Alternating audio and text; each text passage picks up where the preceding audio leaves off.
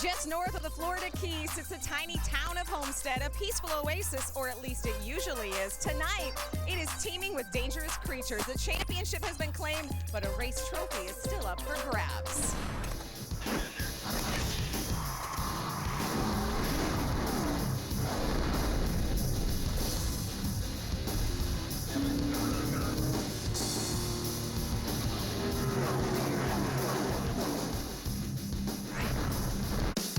The 30 of Todd Bodine, your 2010 Camping World Truck Series champion.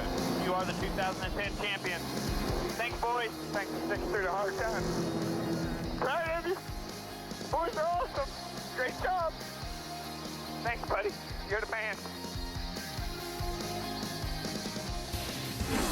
Todd Bodine wrapped it up 1 week early. Mother Nature delayed the start of our season by 1 day, and she is flirting with us a bit tonight. The wind's starting to pick up as the trucks are just now coming onto the track. The setup, presented by Polaris, is on. For the last time this year, welcome to the setup. Hello, everyone. I'm Krista Voda.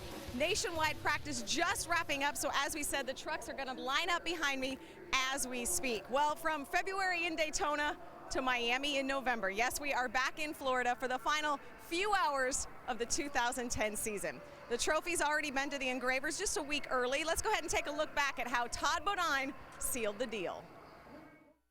Phoenix International Raceway, a 1-mile tri-oval carved out of the foothills of an Arizona mountain range, roared to life last Friday night when the Camping World Truck Series took to the asphalt for race 24.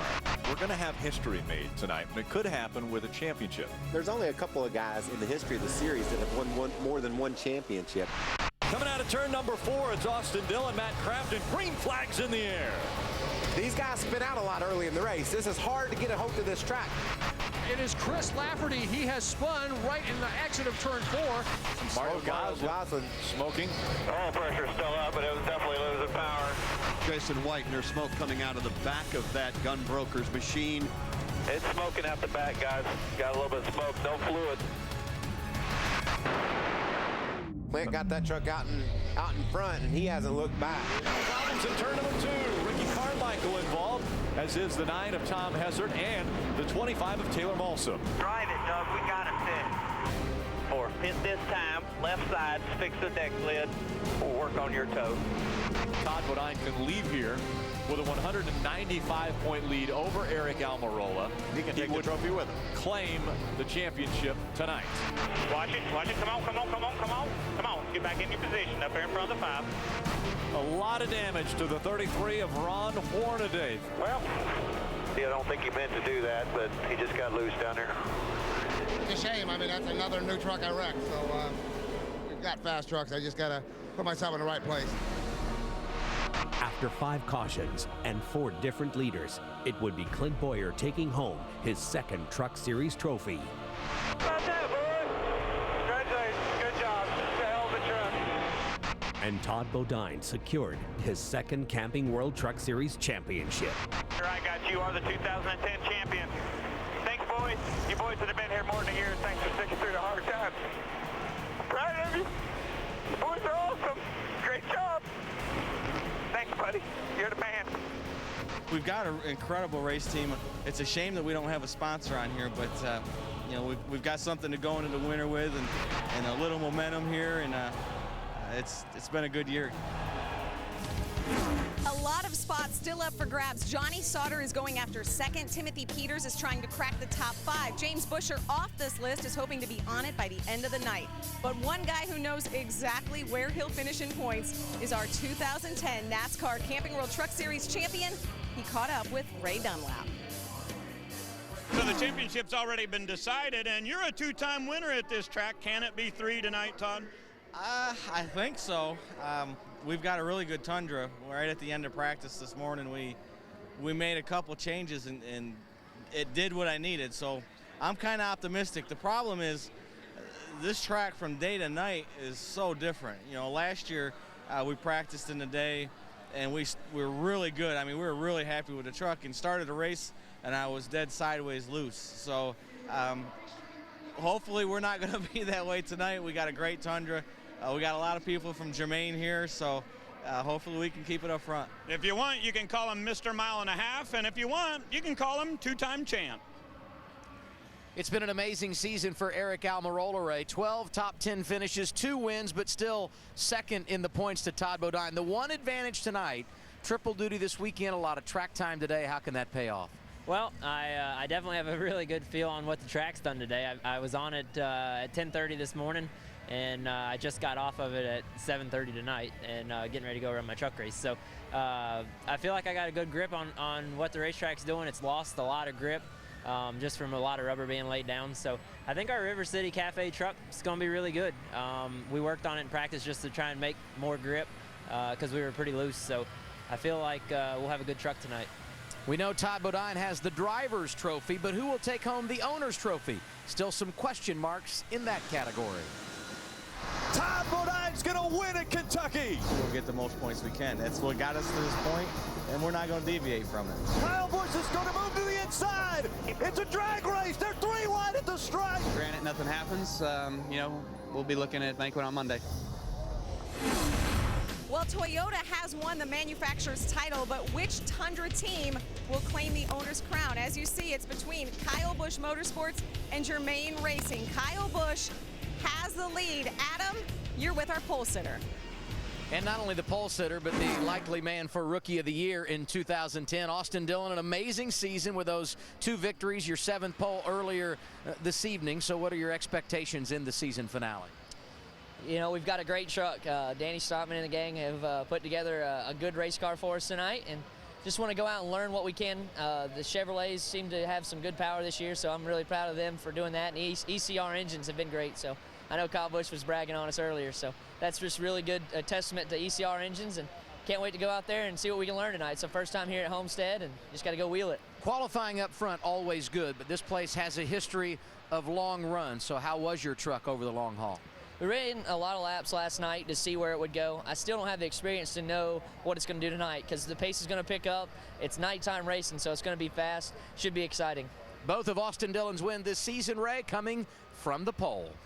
And we want to talk to Kyle Busch, who's had an outstanding season in 2010 in all 3 divisions, but really in the trucks. Did you ever believe it could be this good in your brand new rookie season as a truck owner? No, you couldn't have imagined it any better. You know, there's been some ups and there's been some downs, and it's been great. You know, the way that Rick's come on board and less than a year ago still, and built this into what it is, and to have Eric come on and get the guys that he wanted to and be the team leader and lead this team and be able to put together a dream season for us, you know. And on my bed panel here this week, we're thanking all the partners that we've had this year that have helped us get us to where we are today.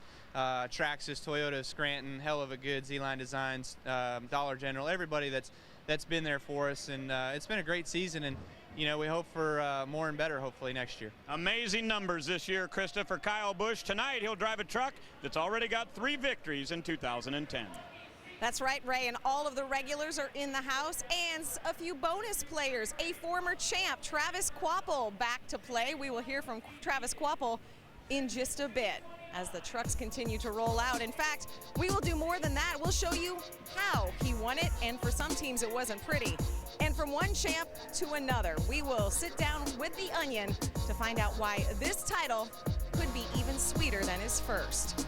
And ever wonder what movie ranks highest with your favorite driver? You will find out when the setup from Homestead-Miami Speedway on Speed rolls on.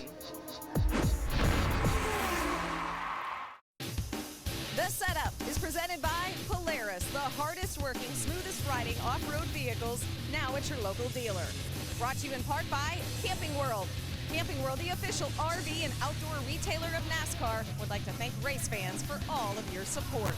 And by Funai. Funai, fun and innovative. Experience more at FunaiAmerica.com.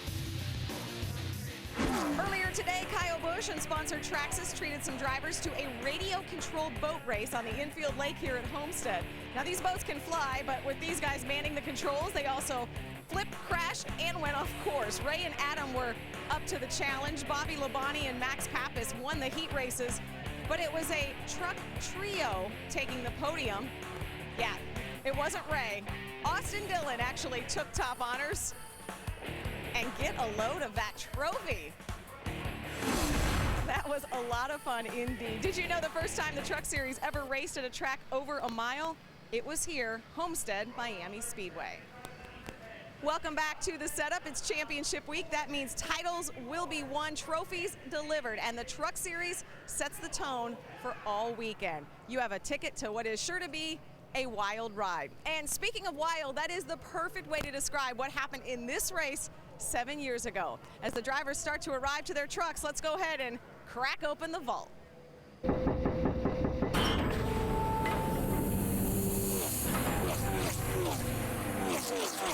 underway with the final race of the season. Big problems. Our point leader gets spun around and hit hard into the wall. I don't believe it. The championship just went away. Brendan knows he was #1 today. We had a Dodge that could win the championship. Jimmy Smith can kiss my. 3 laps of racing to go for the 2003 NASCAR championship. Here comes Ted. Well, Ted pulled to the inside there. You're not supposed to do that. They are going to black flag Ted Musgrave, and Travis Quapple will win the 2003 NASCAR Craftsman Truck Series. Well, Jimmy, I think Jimmy Smith may be celebrating a little bit prematurely there. Because the black flag was definitely out for Ted Musgrave. boy, how would you like to be black flagged out of a championship? Our 2003 champion, Travis Quapple in the IWX Chevrolet. And a big smile on this guy's face as you were looking back at those videos. What a night that was here at Homestead. Fond memories? Yeah, a lot of fond memories. That was crazy. I mean, just that whole season was tight. You know, a good championship battle like it always is in the Camping World Truck Series, and it came down to the last couple laps, and actually it came down to 15 minutes after the race for that matter. So a lot of good memories, and excited to be back in the Truck Series. My assumption is that you're here tonight to make sure that your past champions provisional is good for next year. Does that mean we're going to see you run some more races? I don't know. I'd like to run some more races. Like I said, this is a special series for me, and just thankful that Rick Ware would give me this opportunity to drive the Kids Embrace car seats truck tonight, and just looking for a good run. I wanted to say hi to Jennifer and her friends back in Milton, Wisconsin, to have a little get-together tonight, so hopefully we can put on a good show for them. All right, glad to have you here. That's Travis Quapple, and another guy who's had a great season is standing by with Adam. Elliott Sadler making his 6th truck start here tonight. Each race you started inside the top 5, and we've talked a lot today about the groove here, low, middle, or high. So where does your truck react best? Actually, last night it was working pretty good everywhere. My City Financial truck was good. Missed it a little bit in qualifying, a little bit my fault, but we should be good for tonight's race. One of 4 drivers to win for Kevin Harvick in the Truck Series here in 2010. Krista?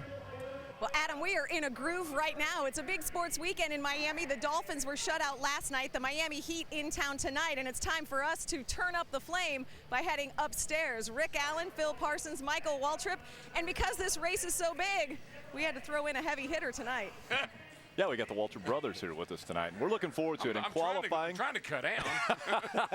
it's not that big. Don't worry about it. In qualifying earlier, we saw multiple grooves as far as the lines around this racetrack. So we know there's going to be great side-by-side racing, but who's it going to be that we're going to see race side-by-side up front? Well, I tell you, it's going to be really close to call. There's a lot of great trucks, a lot of great drivers. We heard Elliott Sadler talk about his truck working well everywhere, but I think Johnny Sauter is going to be the guy tonight. He won at Kansas earlier this year. He won on another 1.5 miles at Las Vegas last year. That truck has been fast week in, week out. He won both practice sessions. He qualified 3rd. He's my guy.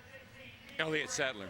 I've done 1 truck race this year, and he won it. And so I think I'm his good luck charm, and I believe that 2 truck. Ernie Cope and that bunch have done an incredible job. 4 wins with 3 different drivers. Elliott Sadler will be the man. Michael? I like Kyle Busch for a couple of reasons. First of all, obviously his record speaks for itself. He's batting 500 this year, which is amazing. There, isn't it, Daryl? Boy, just bear with me here. I wasn't sure where that was going. But this is a big night for him owning this team. This is a night when he can become the champion in his inaugural season of the Truck Series as the owner of the winning truck championship team. I think that Kyle's focused on that. I think it means the world to him to grab this championship and say, I knew starting this team was a good idea, and I proved it.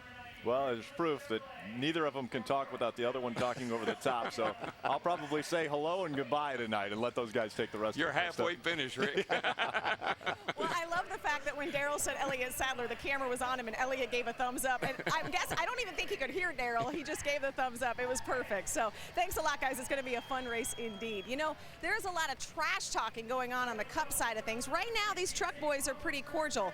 Unless you bring up a debate like, what's your all-time favorite racing movie? That was the focus of this week's Bumper to Bumper.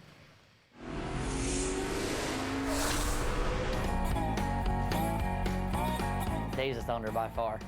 The best racing movie is probably Days of Thunder. Days of Thunder. I mean, that's just a classic. I mean, Talladega Nights is a close second, but definitely Days of Thunder. Days of Thunder.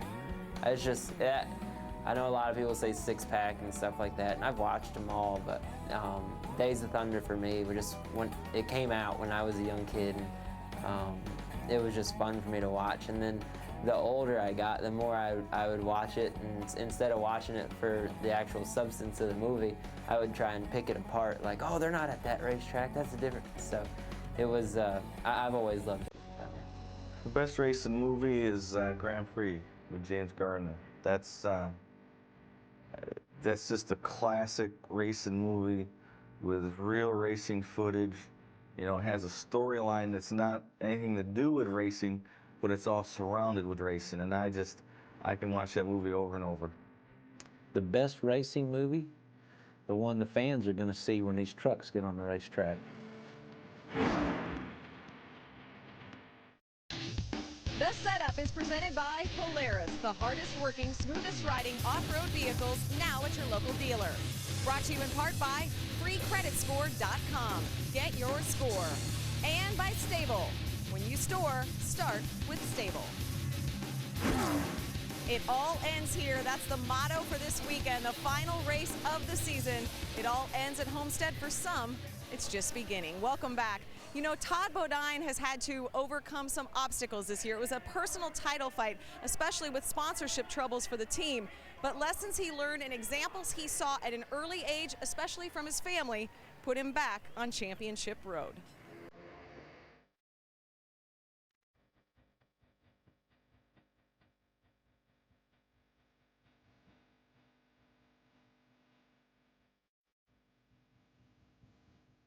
Success doesn't come easy. It takes hard work. You may not think you're getting anywhere at that particular moment in time, but down the road it will pay off. I was 13 years old and Brett had already started racing. He had been racing street stocks, and Brett took me to a race with him. Of course, I wasn't old enough to get in, so they had to sneak me in the hauler. Brett went out that night and won the race. And we went out to Victory Lane, and I was like, man, this is cool. This is something I want to do. I want to feel this more often. When I first started racing in New England, I had a 6-to-4 job every day. I got done and would work and went and worked on the race car all night and raced out of my pocket. We blew a motor up and I couldn't pay for it, and we were actually going to the tire truck and getting everybody's take-off tires to put on the race car so we could race. Anytime you have to struggle to race, you've got two guys that help you work on the thing, and you're working day and night, and just to go be able to do it. I think all those experiences and all those sacrifices definitely make you a bigger and stronger person, and understand and appreciate the things that you have now in a championship team.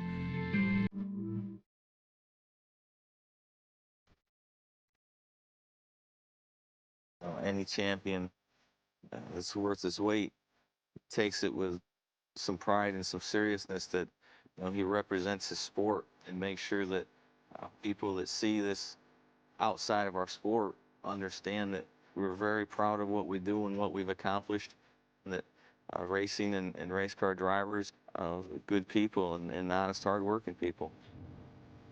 Success isn't easy. I mean, I'm 46 years old and only have 2 championships. 2 championships 4 years apart, and the numbers for 2010 in almost every category better than his first. A huge congratulations to everyone associated with the 30 team. And while we're singing praises, a huge thank you to everyone who makes our favorite half hour of the week possible. Our Truck Series broadcast team, the best in the business. Thank you to all. And we're going to wrap things up and get you ready to go racing here in Homestead next.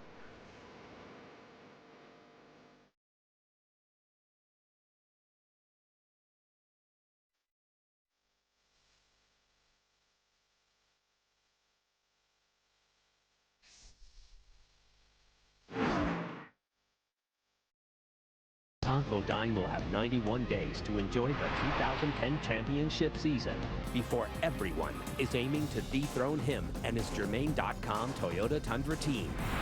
On February 18th, the 2011 season will kick off from the famously fast Daytona International Speedway, where all the storylines will be reset. Can Todd win a third championship? Will Ron Hornaday and his KHI Chevy make a run for a fifth championship? Or will one of our young guns surprise us all? Find out only on Speed as the 2011 season kicks off with the Great American Truck Race. That's right, it won't be long before we are back at it again, but plenty of racing for everyone still this weekend, the final triple header of the year. Don't forget to tune in to race day, 3 hours worth, Sunday beginning at 9 a.m. on Speed. Tonight for our truck race, it's Austin Dillon on the pole, Kyle Busch alongside in row one. It's been an incredible ride with still one trip yet to take. Drivers racing for one final win, racers driving to possibly keep their jobs. It's all going to be on the line tonight at Homestead-Miami Speedway. And with no more races this year, they don't have to worry about bringing pieces and parts back to the shop. They're going to lay it all on the line. The setup is complete. The Ford 200 on Speed starts right now.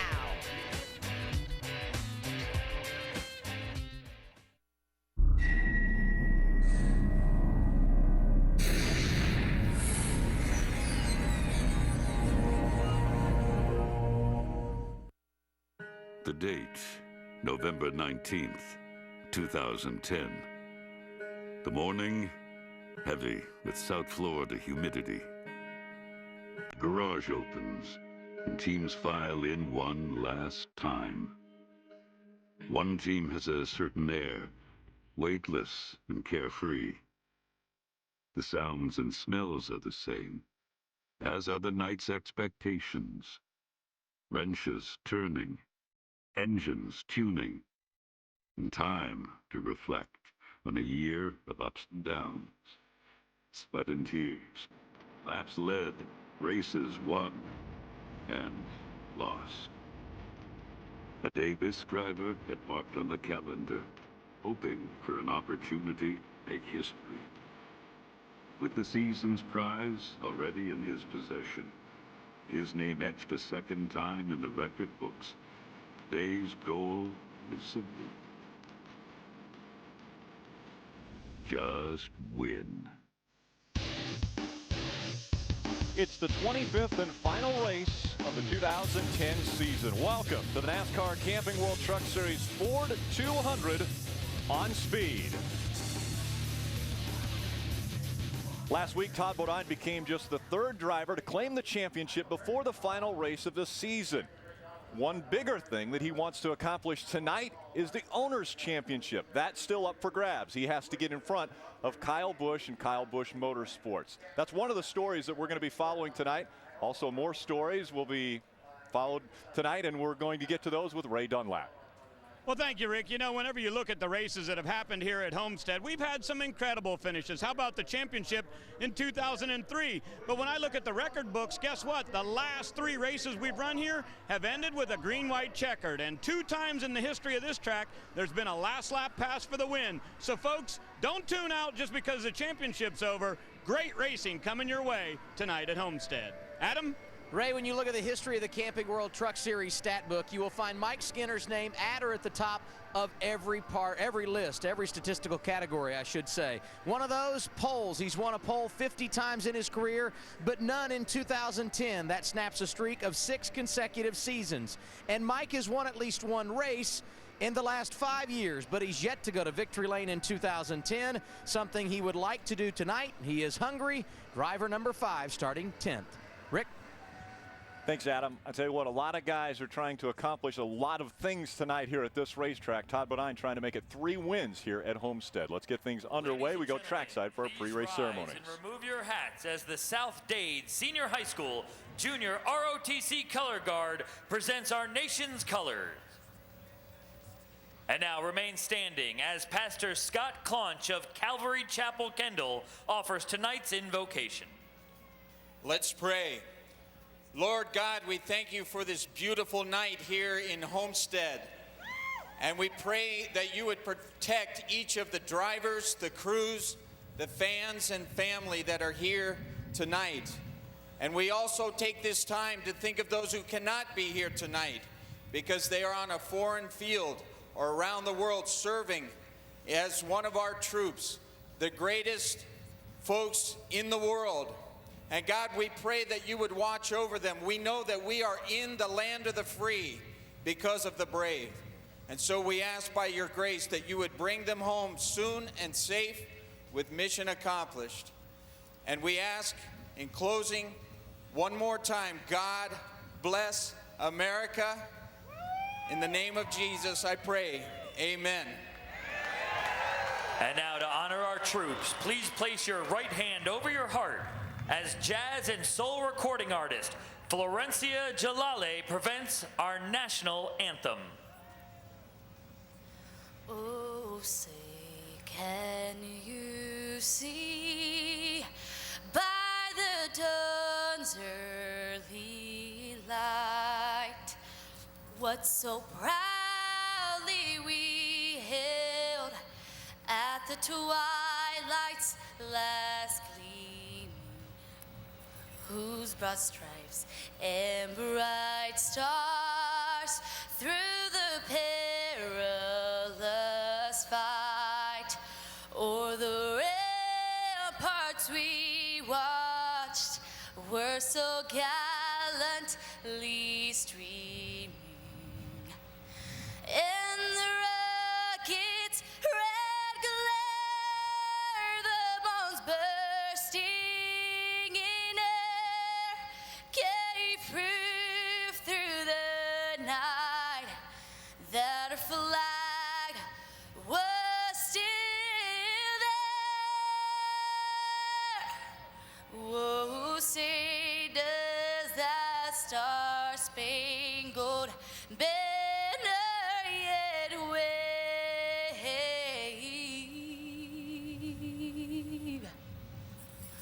o'er the land of the free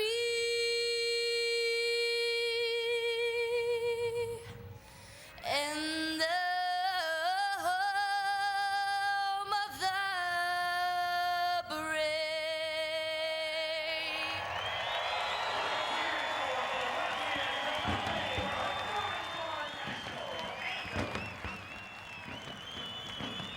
Fireworks already going off before the green flag has even dropped on this, the final race of the 2010 season from South Florida.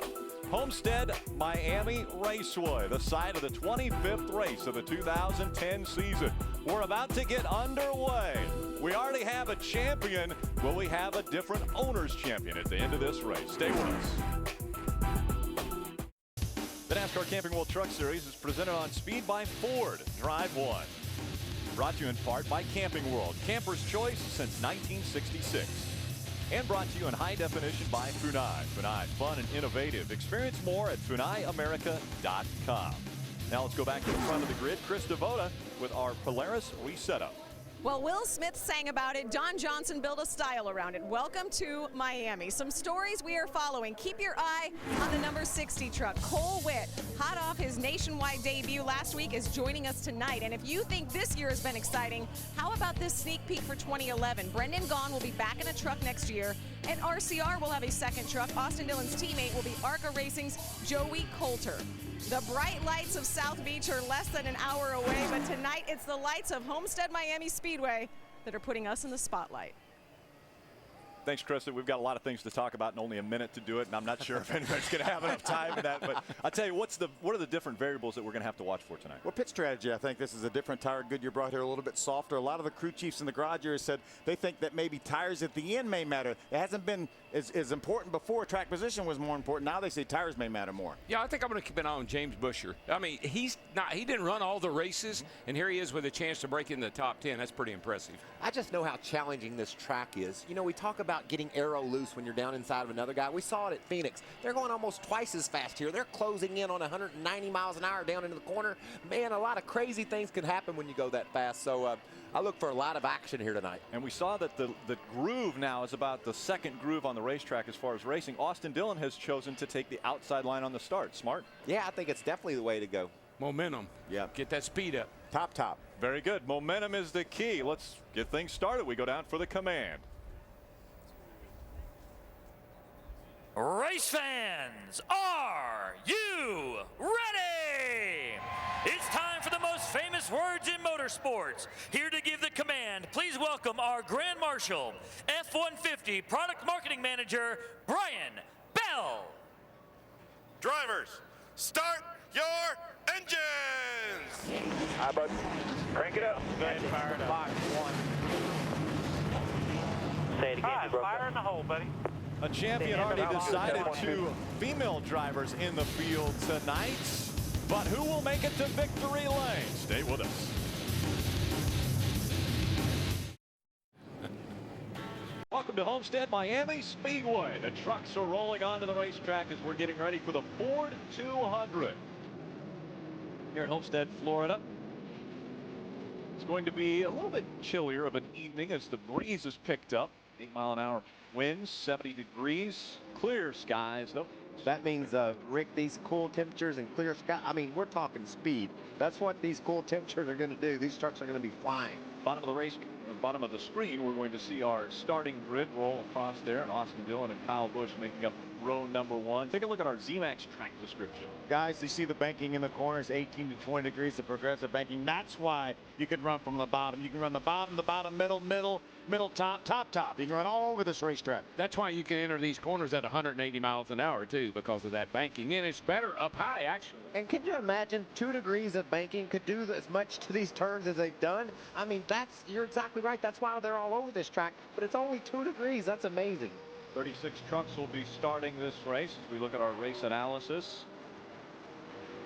I think it's going to be interesting, like you guys talked earlier, about the pit strategy. When these guys get tires, how late do they come in and get some tires and try to have that strategy pay off for them? Yeah, most of these teams will have 4 sets of tires. 3 in the pits, 1 on the truck. That's the good thing about this racetrack. You put 4 tires on with 3 or 4 laps to go, you can pass anywhere. That could be a big advantage. You got somewhere to go, don't you? You got it, brother. You got a little speed, you can use your momentum and mow right around them. A minimum of 2 stops tonight as the pit window between 50 and 55 for fuel.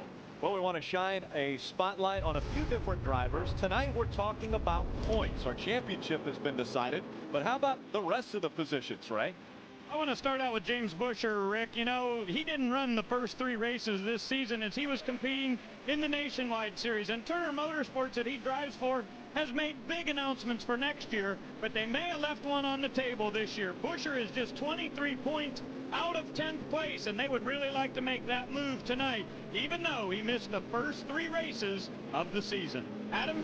Another driver, Ray, who has his eye on a position in the top 10 of the standings. The man who's right behind him in points, his teammate. That would be one Ricky Carmichael. His first full season of the Camping World Truck Series had recorded 4 consecutive top 10 finishes until he was 27th after an accident last week at Phoenix. 55 out of the top 10. Carmichael hopes to finish strong and be up front in the standings at the end of the season. Phil? Adam, let's take a look at the 6th place guy in points, 30-year-old Timothy Peters. Timothy started off the season with a bang, winning at Daytona. He led the points for the first 4 races, but 4 mechanical problems knocked him out of the lead. He comes into this race 73 points out of 5th. He's had 16 top 10 finishes this year. He would love to end the season just like it started, with a win in Florida. And Mikey, he starts from the 15th spot. Phil, let's look at Skinner. Mike Skinner sits 8th in the points. He's 21 behind Ron Hornaday in 7th. How tough is this truck series, guys? Well, between Skinner and Hornaday, back in 7th and 8th in points, there's 5 championships. Now, Mike's got to go. We don't have a win this year, Mike. It's the first time he's come to the last race of the season where he's competed full time and has zeros in both those columns. No poles, no wins. Can he do it? I think so. Listen to these stats. 50 poles, most ever. 28 wins, tied for the second most ever. And he's determined. He believes this team is doing everything it takes to get back to victory lane. I asked Mike earlier, can you still win, dude? He said, there's a lot of winning left in me, Mike. I got Johnny Sauter, who starts third, and Johnny Sauter's my kind of driver. I mean, he's a fighter. Just think about he and Hornaday at Martinsville. Got out and got in his face. They went to Kansas, where, by the way, he won the race. But did you remember that move they made going into turn 3? They silhouetted, pirouetted, whatever they call that, up the racetrack together. It was a beautiful thing. And watch for this cat here tonight. He's still got a chance to finish second in the points. I like Johnny Sauter tonight. He was very fast in practice earlier today as well as last night. We're riding along with a few different drivers, one of those being Jennifer Jo Cobb in our Ford number 10, and she will start 32nd. Miguel Paludo in our Toyota on board. Miguel's had a great start to his career in the Truck Series, finishing the top 10 in Bristol, and he starts from the 24th spot in the Toyota on board. Check out Max Pappas. He's starting from the 13th spot in the Funai on board, and Max is sporting a new look. He's got some sort of Fu Manchu going on. That'd be cool to see at Victory Lane, wouldn't it? Here's the guy. Listen, this guy right here has done an incredible job all year long. Put this truck team together, he and Rick Wren, and he's got wins. He got a chance here to win an owner's championship. You got to tip your hat to Kyle Busch. He made a huge investment in the Truck Series out of his own pocket. Hopefully it'll pay off. I love that move too, guys. You know, somebody that says, okay, I'm into this deal. I'm going to spend my money on a race team, and employs a bunch of folks that work there for him. I talked to some of those guys down on pit road. They love working for Kyle. So like you said, Darrell, that's a great move that we have race car drivers who reinvest in the sport and make all this work out. That's what I liked about you, Tony Stewart, Kevin Harvick. Racers that put money back in the sport because they love the sport, not because they think they're going to make a bunch of money. No, I put all my back in. And how about the 18 of Kyle Busch? He falls right into that category, obviously, as we see Eric Phillips.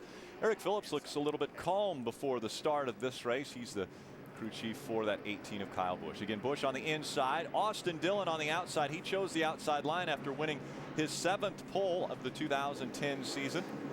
He will claim that award as most poles won in the season. I think when they drop the green flag, you'll see that outside was probably a pretty good decision. And they are about to do that. It's going to be fun when they get to turn 1 to see if it was or not. Well, with new tires, though, you could hook the bottom for a lap or two. What are you saying, Darrell? Boogity, boogity, boogity!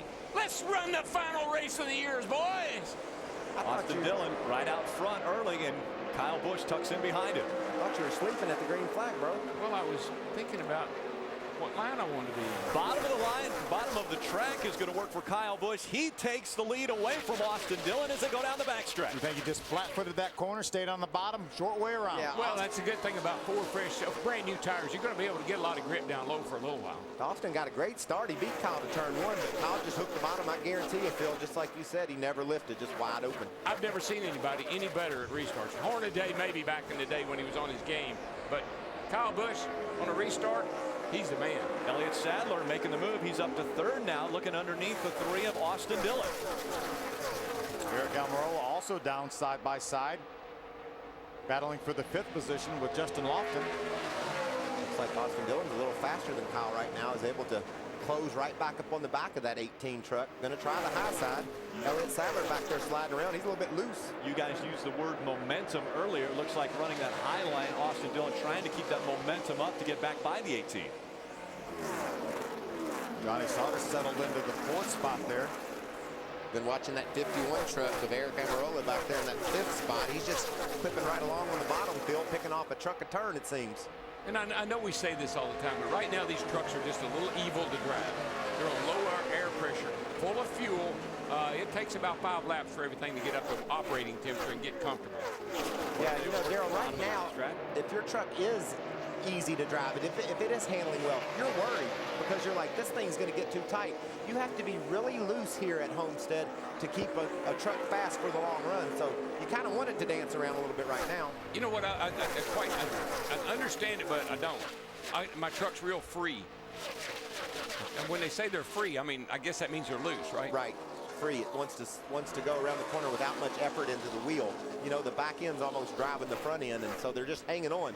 And you know, the crazy part, Phil, on these starts and restarts, you're hanging on, you got people all around you, so that makes hanging on even more difficult. My truck's so evil to drive. Why is that truck able to pass me? Why isn't his truck evil? Skinner looking at the bottom of the racetrack, trying to take a position, but up front, here comes Dillon, looking to the inside of the 18 of Kyle Busch for the lead. 20-year-old Austin Dillon pulls to the inside of the guy that's won 7 times this year in 15 starts. Battle for the lead. We determined last week that's roughly 50%, Darrell. He's really on a roll. Austin Dillon looking for his 3rd win of the season. Side by side as they cross the stripe. Kyle Busch still with the advantage. That time just 2/100ths of a second separated the two trucks. You see those decisions you make every corner, Phil? Austin let off a little bit early, went down low where there wasn't quite as much banking. Kyle charged on in on the high side with the banking, but then Austin was able to take the short way around and grab a little bit of an edge as they head to 3. And I'd like to say, you know, that kid in that 3 truck, he's just being a little cautious, but he's about like that cat in the 18 truck. He doesn't know what that means. He'll put it in there. The word cautious doesn't ever work with Austin Dillon or Kyle. No, sir. And the nice thing about this racetrack is those trucks don't have to get so close where the air is going to be robbed off the spoiler of that 3 truck. Looks like he's going to be able to clear him. Nah, maybe. Well, Kyle let him in, I think. He let him go. Well, at least by a foot. Austin Dillon out in front of Kyle Busch now. Just remember, that 18's got to win the Owners' Championship. Might play it a little safe for a while. Yeah, and plus we're talking lap 7. You know, we're going to cut him. Cautious. Cut a break or 2 right now. Right. Justin Lofton looking to the inside of the 5 of Mike Skinner right behind him. That's the 33 of Ron Hornaday, and behind him our series champion Todd Bodine looking to make it 3 wins here at Homestead. Good battle for the 7th position. Looks like Hornaday's truck's pretty good. I've seen him make some moves down on the bottom of the racetrack. Boy, Hornaday, what a terrible year he's had. When he wins Martinsville, which he never had before, that was a big accomplishment, but that truck has been wadded up a bunch this year. Michael, what, 6 or 7 times he's been out DNF because of an accident. And those accidents, some of them have been spectacular. Remember that tire he blew at Atlanta, and he wrecked so hard down there, and of course wound up on his roof at Talladega. Austin Dillon out in front of Kyle Busch now. Good communication on the radio, Adam. Been very impressed with what they've done, not only tonight, Rick, but all season long. You talk about a young team with a rookie driver competing with a guy like Kyle Busch. Perhaps there would be some anxiety, or maybe they would back down. Not at all. They were very confident in their race truck, and that's why you see Austin mixing it up early with Kyle Busch as Rowdy goes back to the point. And creeping up on top of these guys is Johnny Sauter. He's caught Elliott Sadler and been on the inside of him for a few laps here. I believe, again, Phil, like you talked about earlier, and Darrell mentioned, this 13 truck will be a player in this race. We know he's got a great mile-and-a-half program. He won Kansas this year. We were talking about won Vegas last year. So Johnny Sauter takes 3rd away from Elliott Sadler. Kyle Busch took the lead away from Austin Dillon. Dillon still looking on the high side of the racetrack. Closing the gap, he goes to the inside, trying to do the crossover move on Kyle Busch to take the lead back. It's a good little battle we got here, guys. Kyle had the lead at the start-finish line by 4/1000ths of a second that time by. By the way, that's twice as much as he won the race by at Talladega. Yeah. Good little Toyota Chevrolet battle here, you know. It's tracks like this, you get a good idea about who's got the most horsepower. You see these things boogie down that straightaway, you can figure out who's got steam under the hood and who doesn't. While these guys continue to race side by side, that 13 of Johnny Sauter continues to close the gap, Ray. Yeah, and guys, you were talking about those 2 victories that Sauter has in his past. Both of them came in this particular truck. This is chassis number 23 out of ThorSport, and it's Johnny's favorite by far. I asked him, why is that? He said, because it responds to the changes that we make to it. They were fast in both of the practices here this weekend, but right now, Sauter on the radio saying that it's tight off of the corner. Joe Shear says, hold on, we'll make some adjustments for you. Johnny said, it's about a 4, so that's on a scale of 1 to 10. 4 tight for the 13. Matt Crafton back here in the 88. He's running in the 6th spot. Actually moved up to 5th just as passing Almirola. They got past Eric Almirola just the previous lap there and took over that 5th spot. Again, teammate to the 13 of Johnny Sauter. Those 2 trucks have been very, very competitive all year. Johnny Sauter has finished 5th in 11 of the last 15 races in the top 5. That's pretty impressive. What about that streak that Matt Crafton has put together? 15 straight top 10 finishes. That's DW kind of racing right there, too, isn't it? Smooth, baby, smooth. The 51 of Eric Almirola's got a good streak of top 10 finishes going as well.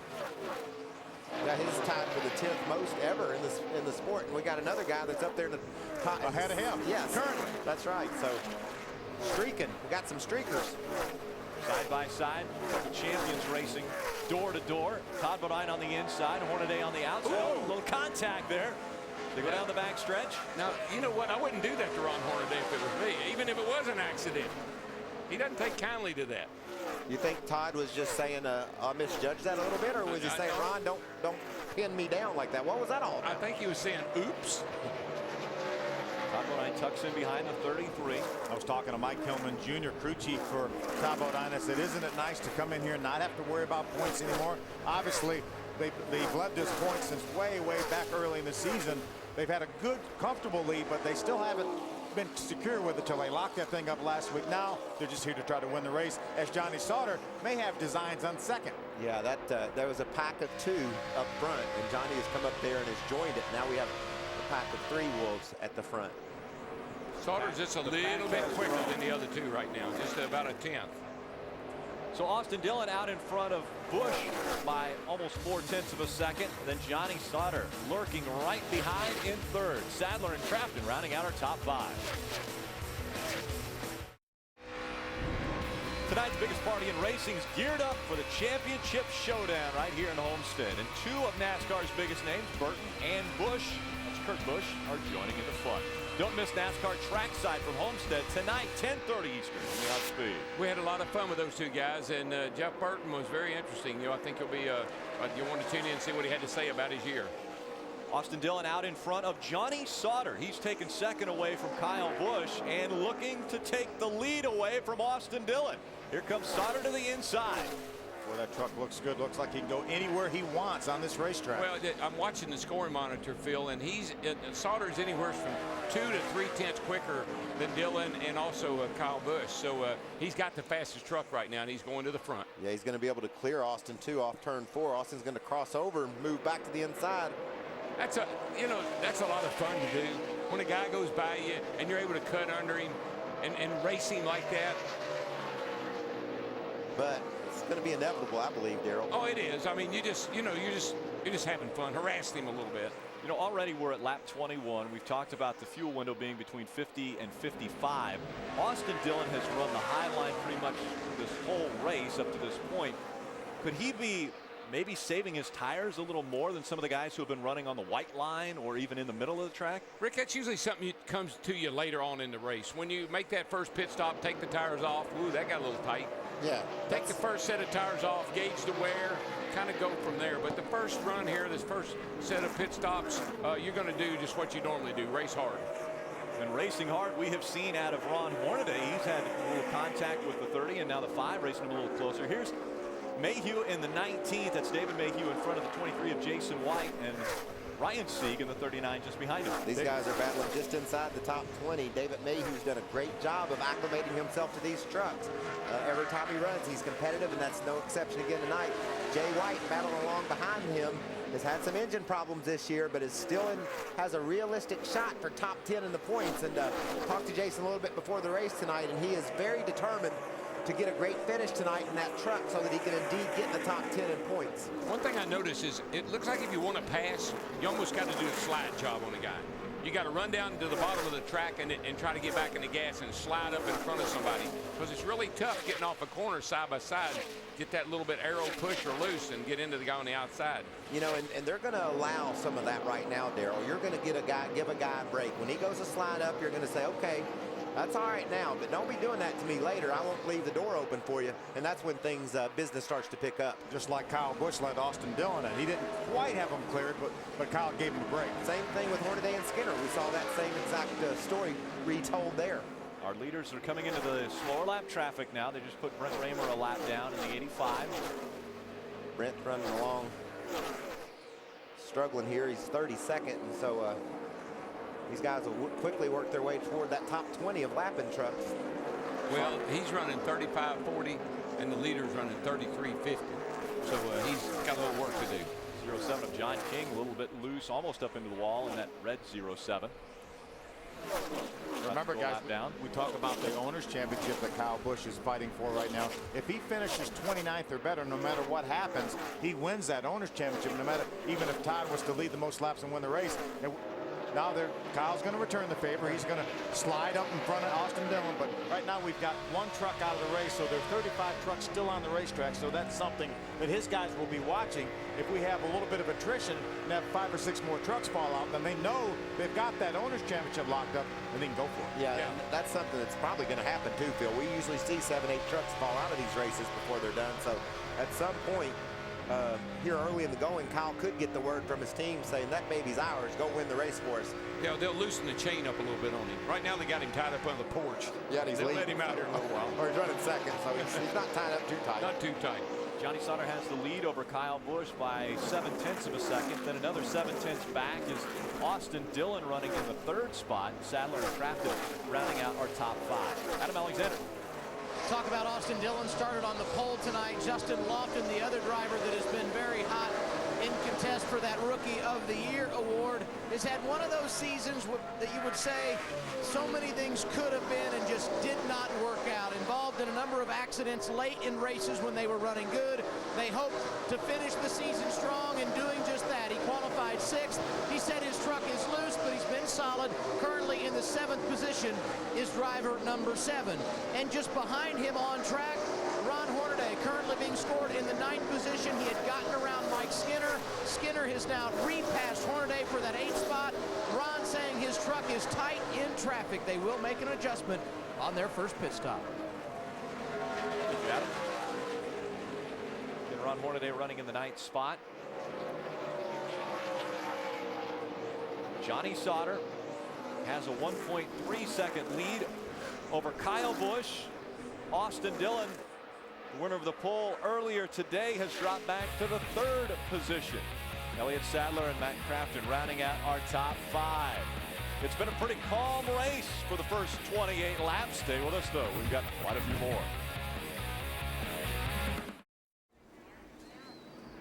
Welcome back to Homestead-Miami Speedway, the Ford 200 under its first caution. This time it was Brad Sweet that got sideways on lap 31. And so that slowed the field down. We're under our first caution. We've seen a few spins all by yourself in some of the other series, and then right here tonight. Here comes Johnny Sauter leading the field onto pit road, and we'll go down to Adam Alexander. 2 trucks behind the race leader will be the man that started on the pole tonight. That would be Austin Dillon. You see him bottom of your screen. The only nighttime practice these teams had last night. In that session, Austin Dillon was tight, loose all the way through in the first run of this evening. They will adjust with air pressure and a track bar, 4 tires and fuel at lap 32. Ray? Johnny Sauter's Farm Paint Chevrolet was just a little bit tight. They're going to go up 1/2 a round on the track bar and a tiny air pressure adjustment. They said you got to wait a little bit on fuel here. Fuel going in. You see the 18 of Kyle Busch in the middle of your screen and 8 on the loose scale. He said, I need a big time adjustment from Eric Phillips. Here goes Sauter. The 3 truck looks like he'll be the first off pit road, or the 51. Good battle. What a great job by Richie Waters and his guys to get Eric Almirola up 5 spots. Almirola moves up to the front of the field. Kyle Busch, Austin Dillon were the top 3 off of pit road. Stay with us. We'll reset it when we come back.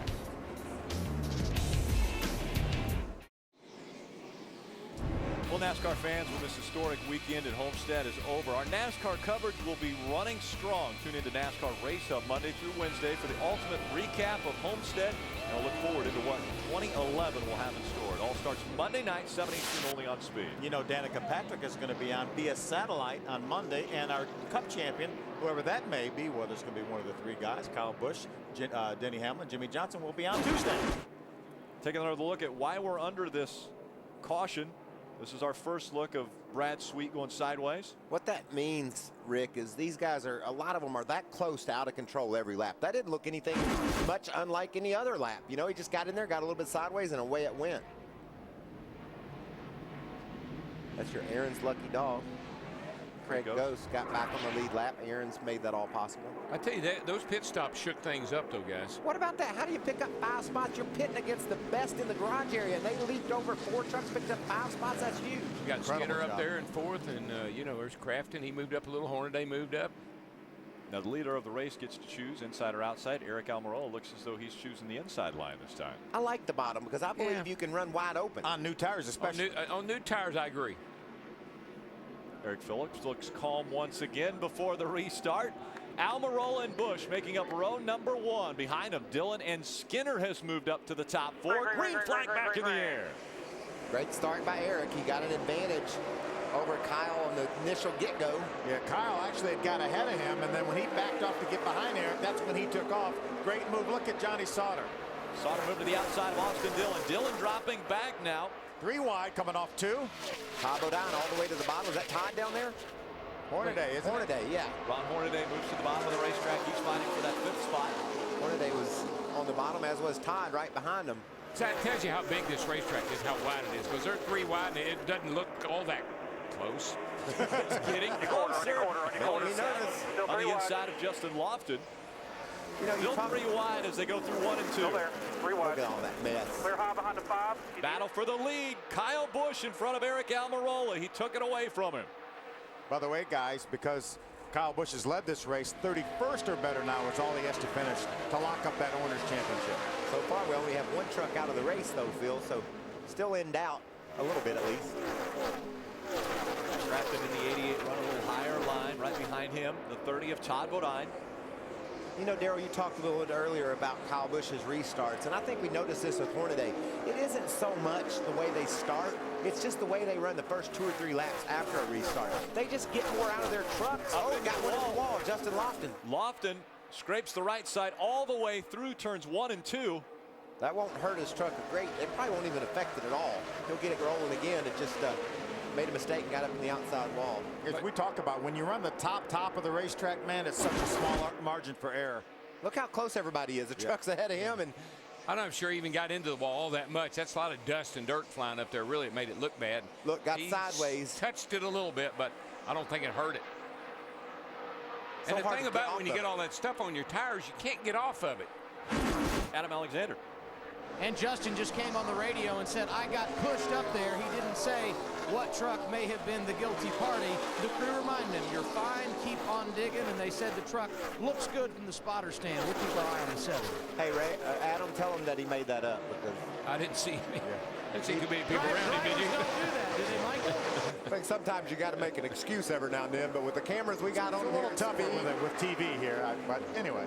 We're covering all the action with these cameras. Elliott Sadler a little loose there. The back end coming out from behind that number 2. Boy, he's dancing around. You can see him fighting the wheel. Guys, look at that 60 truck in the middle of that. That's Cole Witt. First time ever in a Camping World truck. Ran his first nationwide race last year. Now he's going to go through the middle between Buescher and Sadler. You know who else is being told that? Elliott Sadler. You might want to let him go.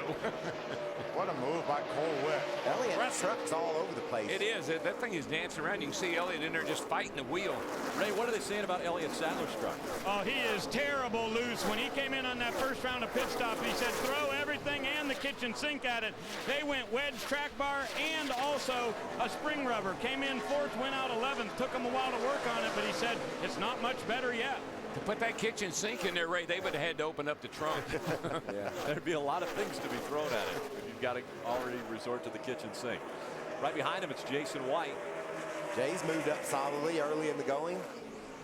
On his way, on his quest to finish in the top 10 in points. Got that 31 of James Buescher right now being shown 16 points behind him as they run on the racetrack. That lap, Cole Witt got a little bit loose up on the high line. Well, you know, this is the first time Cole's run a truck, and it's the first time he's been on a track like this. So we need to watch him. He's got speed, but a lot of times when a young kid that has a lot of speed and hadn't done something before, he doesn't really know the ropes as well as some of the others. He can get himself in a bind pretty easy. It's what I always say about guys like him. What they don't know, they don't know. And they'll just, I mean, he will learn, but he doesn't know right now. Yeah, and we've seen him make some pretty aggressive moves. Shooting 3 wide in the middle down in the corner like he did around Elliott Sadler a lap or so ago. That's not a good way to make sure you're going to get to the finish. That's a marginal propensity of return there. It's an economic term. Well, that's really it. That's, at At the next way over my head. At the next break, you can explain what you just said, Phil. Adam Alexander, what's going on with the 60? Well, we just need to point out the fact that he has gotten a great deal of track time here today. Cole also running the NASCAR Nationwide Series race, and all those laps that he got in their final practice session just before climbing into the 60 truck could really pay off as this track changes throughout the night. Colwitt looking strong, though, in the 60 tonight as he runs in the top 10 in that 10th spot. He's behind James Busher. Right behind him, though, he's got Elliott Sadler and Jason White. Out in front of the field by almost a second is Kyle Busch over Eric Almirola. Ron Hornaday running third. Sauter is fourth, and Austin Dillon in the 5th position. Hornaday has now moved up into the 2nd spot. You see him on the bottom of the racetrack, taking that position away from Almirola. You know, Ron Hornaday would love to put this season behind him. Came in here as our defending champion. He's won a couple races, but Michael, you talked about it, 6-7 times he's fallen on a race because of DNF. Spectacular. And he's had the speed too, Phil. He scored over 90 bonus points. Skinner's right behind him in 8th in points. He's only got 25, so he's been fast. So you're right. Being able to win here after what all he's been through this year would mean the world to him and that team. And he's riding along right now saying, wonder what's going to happen tonight. Eric Almirola was all over the back bumper of that 33 of Ron Hornaday. Kyle Busch and Hornaday 1 and 2 at Homestead-Miami Speedway. Stay with us. This one still has 89 laps to go. This Thursday night, the biggest action stars and the biggest action movies of all time come to Speed. It's the wildest and most outrageous stunts ever filmed. Buckle up for the network premiere of Hollywood's hottest car chases. Thursday night, 8 Eastern, exclusively on Speed. Well, that'll be good. I like them. You know, I love a movie. It's got a good car chase in it.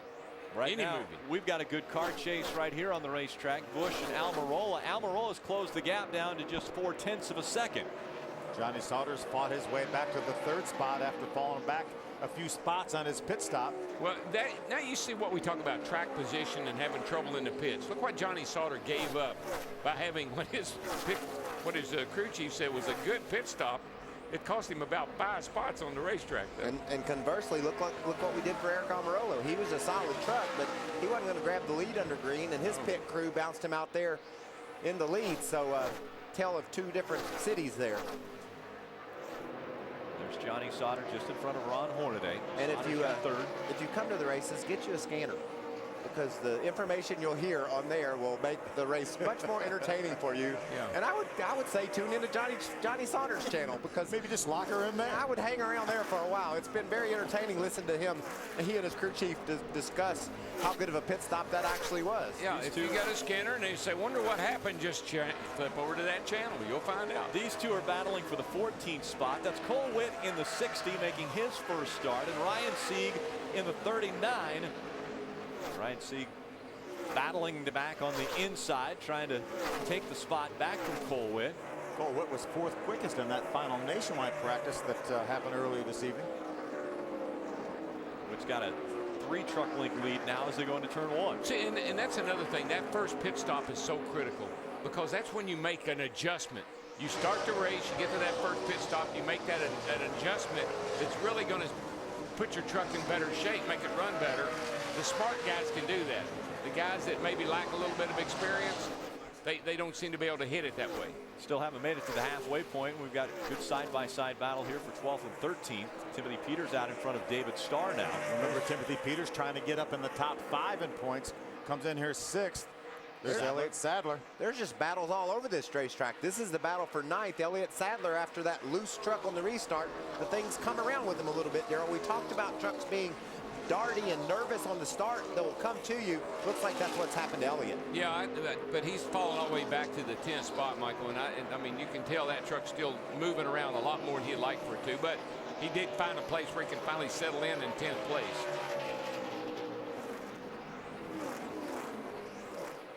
I talked about battles all over the racetrack. We saw Brad Sweet spin out, and now he's fighting with Justin Lofton, who we saw run into the wall. Yeah. They're running 18th and 19th here, and so they're battling everywhere. The 7 would have spun out, but the wall got in his way.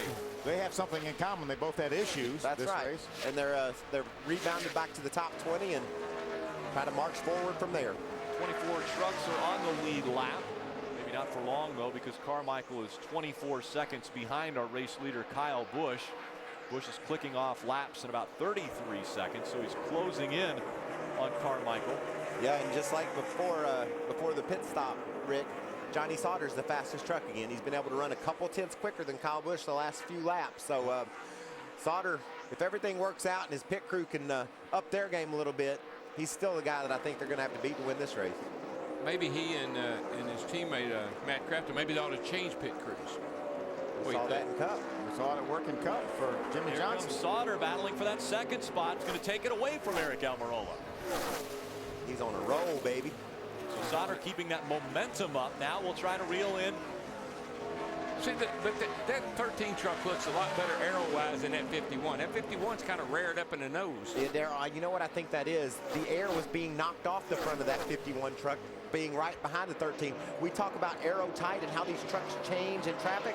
That showed a great visual of what we're talking about. His nose didn't have the air on it. It was up in the air. Yeah. It gets by itself, it'll go right back down. Yeah, but Johnny Sauter sealed to the ground when he was out in front of the 51. When you coil bind the truck, then if it does get air, if it doesn't have air on the nose to keep the nose pushed down, then it'll naturally will want to rear up a little bit. And you're exactly right. I think that's what was going on. Traxxas number 18 of Kyle Busch still out in front of the field, Ray. And he just came on the radio talking to his crew chief, Eric Phillips, and he said, you know, if I run the middle and the top, it's a little bit loose, but if I go all the way down to the bottom, I'm tight. I'm not sure, like Phil calls it the bottom. I don't know if it's the bottom middle that makes him tight, but he doesn't like it down there. He said it's much more comfortable at the top. And of course, we all know Kyle Busch loves a loose racetrack. Adam? I guess we shouldn't be surprised, Ray, that Ron Hornaday is running inside the top 5. After all, he has 10 starts here at the Homestead-Miami Speedway, 9 of those resulting in top 10 finishes, but he is not satisfied with the truck. First run of the night, Ron said it's too tight. They made an adjustment, and he continues to talk about how tight the truck is. You can expect more changes the next time they are on pit road. James Buescher has enjoyed a pretty solid night. Started in the 20th position and has worked his way into the top 10. He too was tight on that first run of the night, but on this run he said the truck is free, but coming to him. We'll see if he can continue his climb through the field. Yeah, Buescher, you know, I thought surely he was going to win that New Hampshire race. Boy, he had that thing in his pocket until that last restart. Kyle got him on the last lap. And Buescher's been impressive this year, not only with some of his finishes, but the way he started. Top 3 starting positions pretty much all season, and then this was uncharacteristic, starting 20th today in this race. Kyle Busch continues to put trucks a lap down. He has a 7/10 of a second lead over Johnny Sauter, but Sauter continues to be the fastest truck on the track.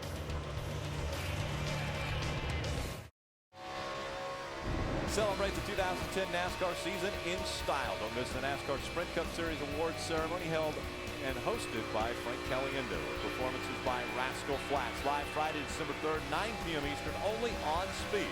Sports Authority. Hey, you know, right before that will be the Nationwide Camping World Truck Series banquet, which we are looking forward to. We're going to have a great host for that. That's nice of you to say. We're actually going to have something that's never happened before. We've got drivers and owners championships in both series that are different. Well, we can't give Kyle that owners championship yet. We're getting close though. Still just close. 2 trucks out of the race, Rick. So let's check. What something goes wrong with Phil. Let's check with Ray and see what he thinks. If it's up just side by side for the lead right now. Back for the lead. Johnny Sauter's taking it away. He gets a little loose behind Jeffrey Earnhardt. Yeah, well, he was starting to go to the inside, and he realized that not enough room, and here comes Skinner and Bodine fighting it out. We got some little battles going on here, but some rivals. Look at all this traffic on the inside. Very close. Oh, this is going to make Todd mad right here. That 85 could be in jeopardy. Oh. Hey, Mike Skinner backed off and let him go there. You see that? Ren Raymer just in front of that 30, and Todd Bodine's able to clear him on the low side. Here comes Skinner now. Now, this happened just a couple laps ago while we were in commercial. Todd has to get out of the throttle there, loses the front end, chases that truck up the hill. Mike Skinner's going to try to go by on the inside, and then they make contact. They kind of get hooked, and Todd slides over there towards the middle of the racetrack. Little damage to the right front corner of that 5 truck. Yeah, and a little bit to the left rear of the 30. So That was contact that could have been avoided. That was avoidable contact. I agree. Here the lead change, Kyle Busch. Well, these lap trucks are causing these front runners havoc, man. Well, we talk about this track being so much about momentum. When you catch a lap truck at the wrong time and you lose your momentum, that's what happens. Somebody eventually will come running up on top of you. That's what happened to Todd off turn 4. He had to get out of the gas because of and lost his momentum, and then Johnny there with the lap traffic. And with these speeds upwards of 180 miles an hour at the end of the straightaway, drafting also comes into play a little bit, especially with these big boxy trucks. Kyle Busch back in front of Johnny Sauter. 4 drivers have been out front. Kyle Busch, Johnny Sauter, Austin Dillon, and Eric Almirola. Kyle Busch has led the most laps right now at 41. Here comes Sauter. He wants to start adding to his laps led as he moves to the inside. Still can't hold it in front of that 18 down at the bottom of the racetrack.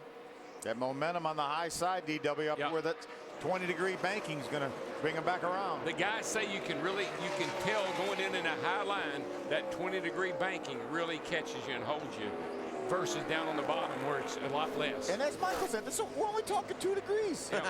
I love that. That's how technical these trucks are. I think it's the transition of that 2 to 3 degree difference. Whoa, Skinner's into the wall. That's Austin Dillon. Austin Dillon up against the wall. I had a flashback. You did. That's a way flashback. Adam, what's going on with that team? He's been pretty quiet on the radio, but not satisfied with the way the truck is handled. They've been preaching to Austin, you may need to slow down and back up your corner to improve your overall track time. And then Andy Houston, his spotter, came on the radio and said, I just talked to Rick Pirelli, who is the spotter for Ron Hornaday. He said Ron has backed up his corner and he's rolling the bottom. You might want to give it a shot. So they're trying to help this youngster through what is a difficult time in the middle stages of this race. And now check out left side of your screen, the battle for the lead on once again. Well, you can see the 13 is faster down the straightaway. But then Kyle just charges into the outside of the turn there and is able to clear him as they exit the corner. If Kyle would ever let Johnny get to his outside, I believe would be all over. I believe if Johnny could get in front of Kyle, he could drive off from him. Guys, we're getting close to some green flag pit stops. The last time these guys were on pit road was lap 32. We've completed 73 laps. So closing in on that 50 to 55 lap window for fuel here at Homestead.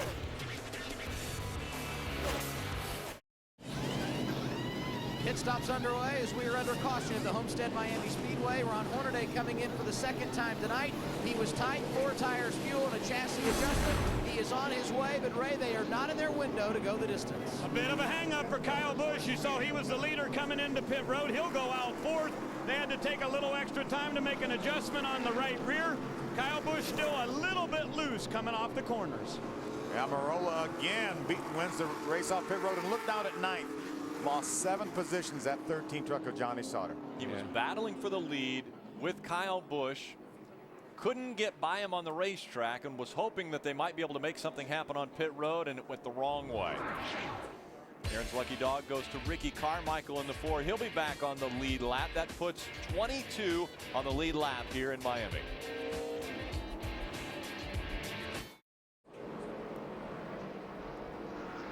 Welcome back to Homestead-Miami Speedway, the Ford 200. Under just our second caution of the night. This caution came out for debris on the backstretch of the racetrack, and it was because of actually the 5 of Mike Skinner. He was looked like a right front tire go down, had some debris come off of his truck. He was on pit road when the caution came out. 13. He took the wave around Rick and got back on the lead lap. And what problems this team's having on pit road? We talked about it earlier with the spots. Let's look at this. Tear off. Watch this gas man. I mean, he's just pouring gas all over the poor tire changer. Go. God dang it. What happened? One outside. Lost 7 Clear spots. all the way.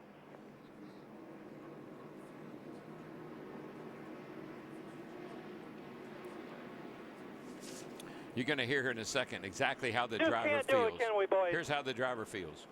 Who cares? It's over with anyway now. No way. So just try to get a top 10 here and call it a year. I just think that he will prove to these guys That's what he said, but that's not what he means. He's going to go try to win this darn race and say, come on, y'all, you got to step your game up for me. I'm doing my job on the track. Let's see you do it on pit road. He's proven all night that he has at least equally as good a truck as Kyle Busch does right now, but he's so frustrated. Right now, Kyle's going to restart in third, and he's back in the 10th position. Amazing.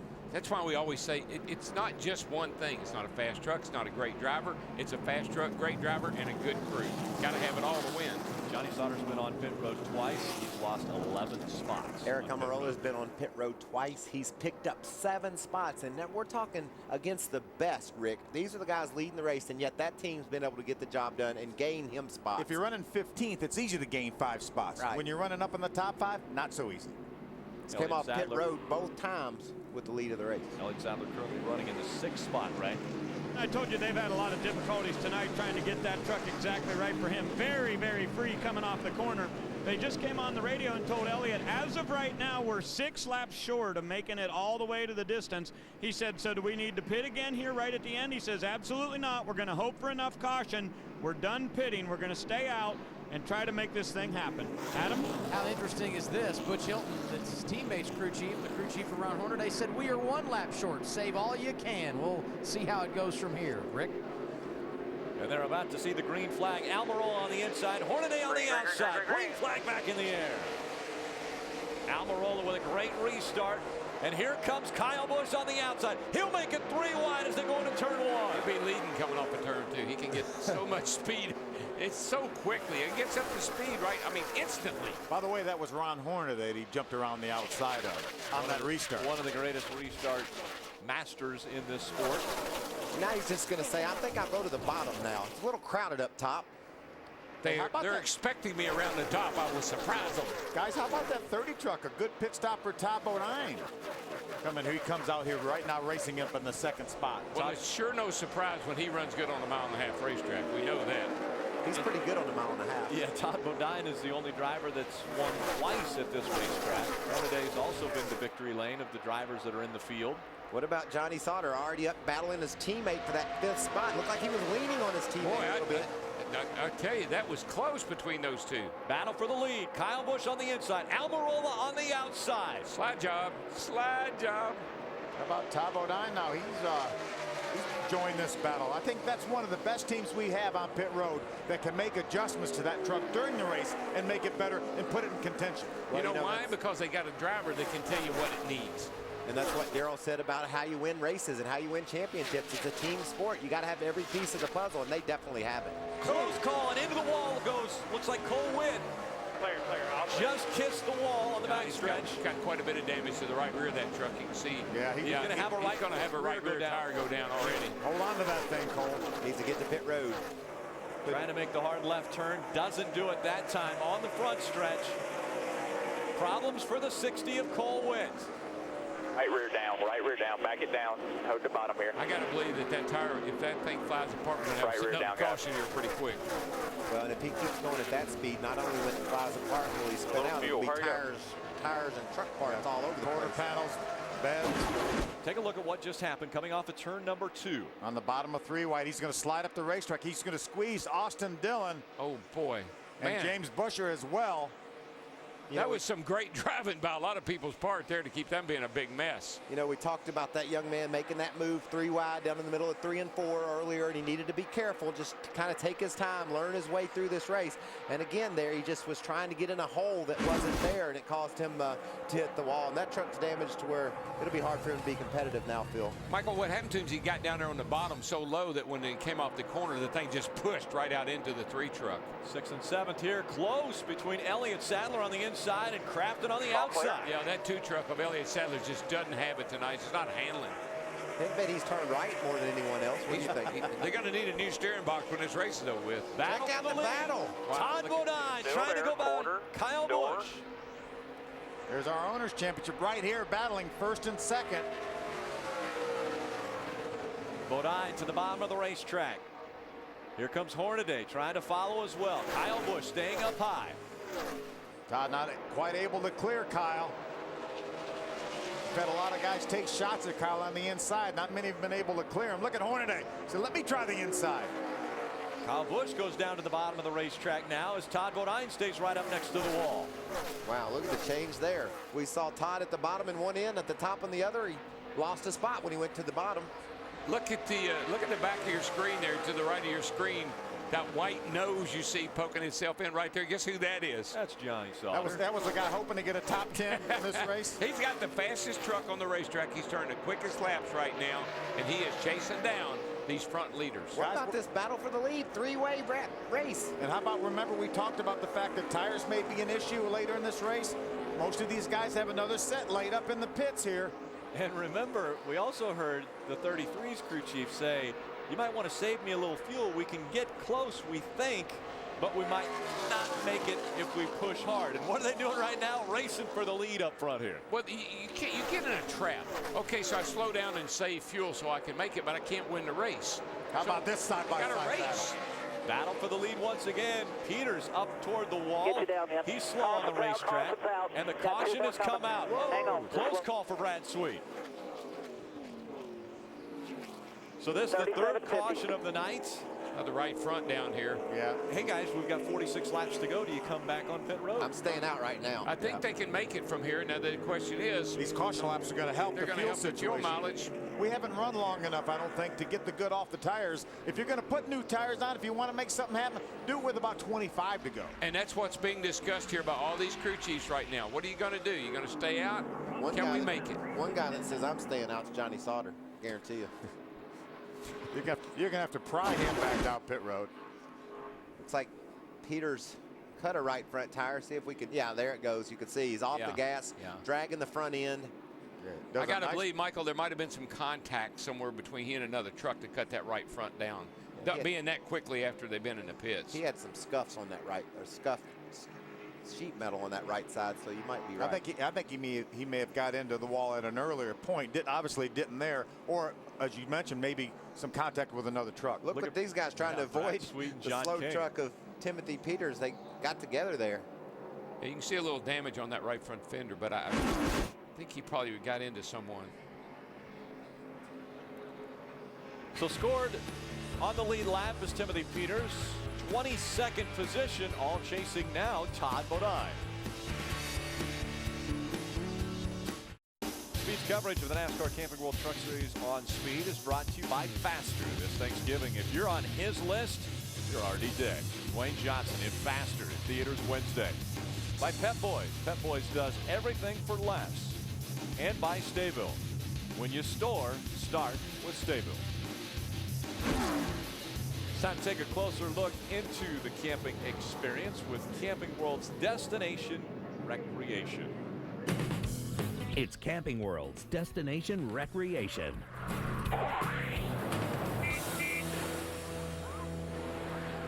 Well, it's hard to believe that another racing season has come and gone, and I certainly hope that you've enjoyed the 2010 Camping World Truck Series. And on behalf of all the employees of Camping World, thank you so much for stopping by one of the stores to see all of the great products they have. I've had a blast doing Destination Recreation, but I wanted you to know sometimes it doesn't go quite as we planned. This has got to be my favorite. As fall starts to descend, and for myself and everyone, I was like, where am I going with that one? Action! I wasn't quite ready. It's a brand new lineup of fifth wheel trailers, fifth wheel campers. Quiet on the set. Quiet down out here! I'm gonna have me a little nappy poo or whatever. So try it one more time, I'll get this right. We've had a great time, obviously. What a great relationship between Camping World and NASCAR here in the Truck Series. He had everything in that buggy but the kitchen sink he was talking about earlier. He looked like he's a great auctioneer, by the way. When we had a little tournament over there in Nashville, he really livened up the crowd. There's not a whole lot Ray can't do. Yeah, he got us a lot of extra money with his auctioneering skills. There's our Aaron's lucky dog. I wonder how many lucky dogs Aaron's have given away this year. They've just made people's dreams come true, putting them back on the lead lap, getting them competitive again, giving them a chance to get all out of their night that they possibly could. Joanna Long got this Aaron's lucky dog. Out in front, Todd Bodine and Kyle Busch. Bodine will choose the inside line. Kyle Busch on the outside. Hornaday and Almirola making up row number 2. Sauter and Elliott Sadler will make up row 3. Row 4 is Austin Dillon and David Starr.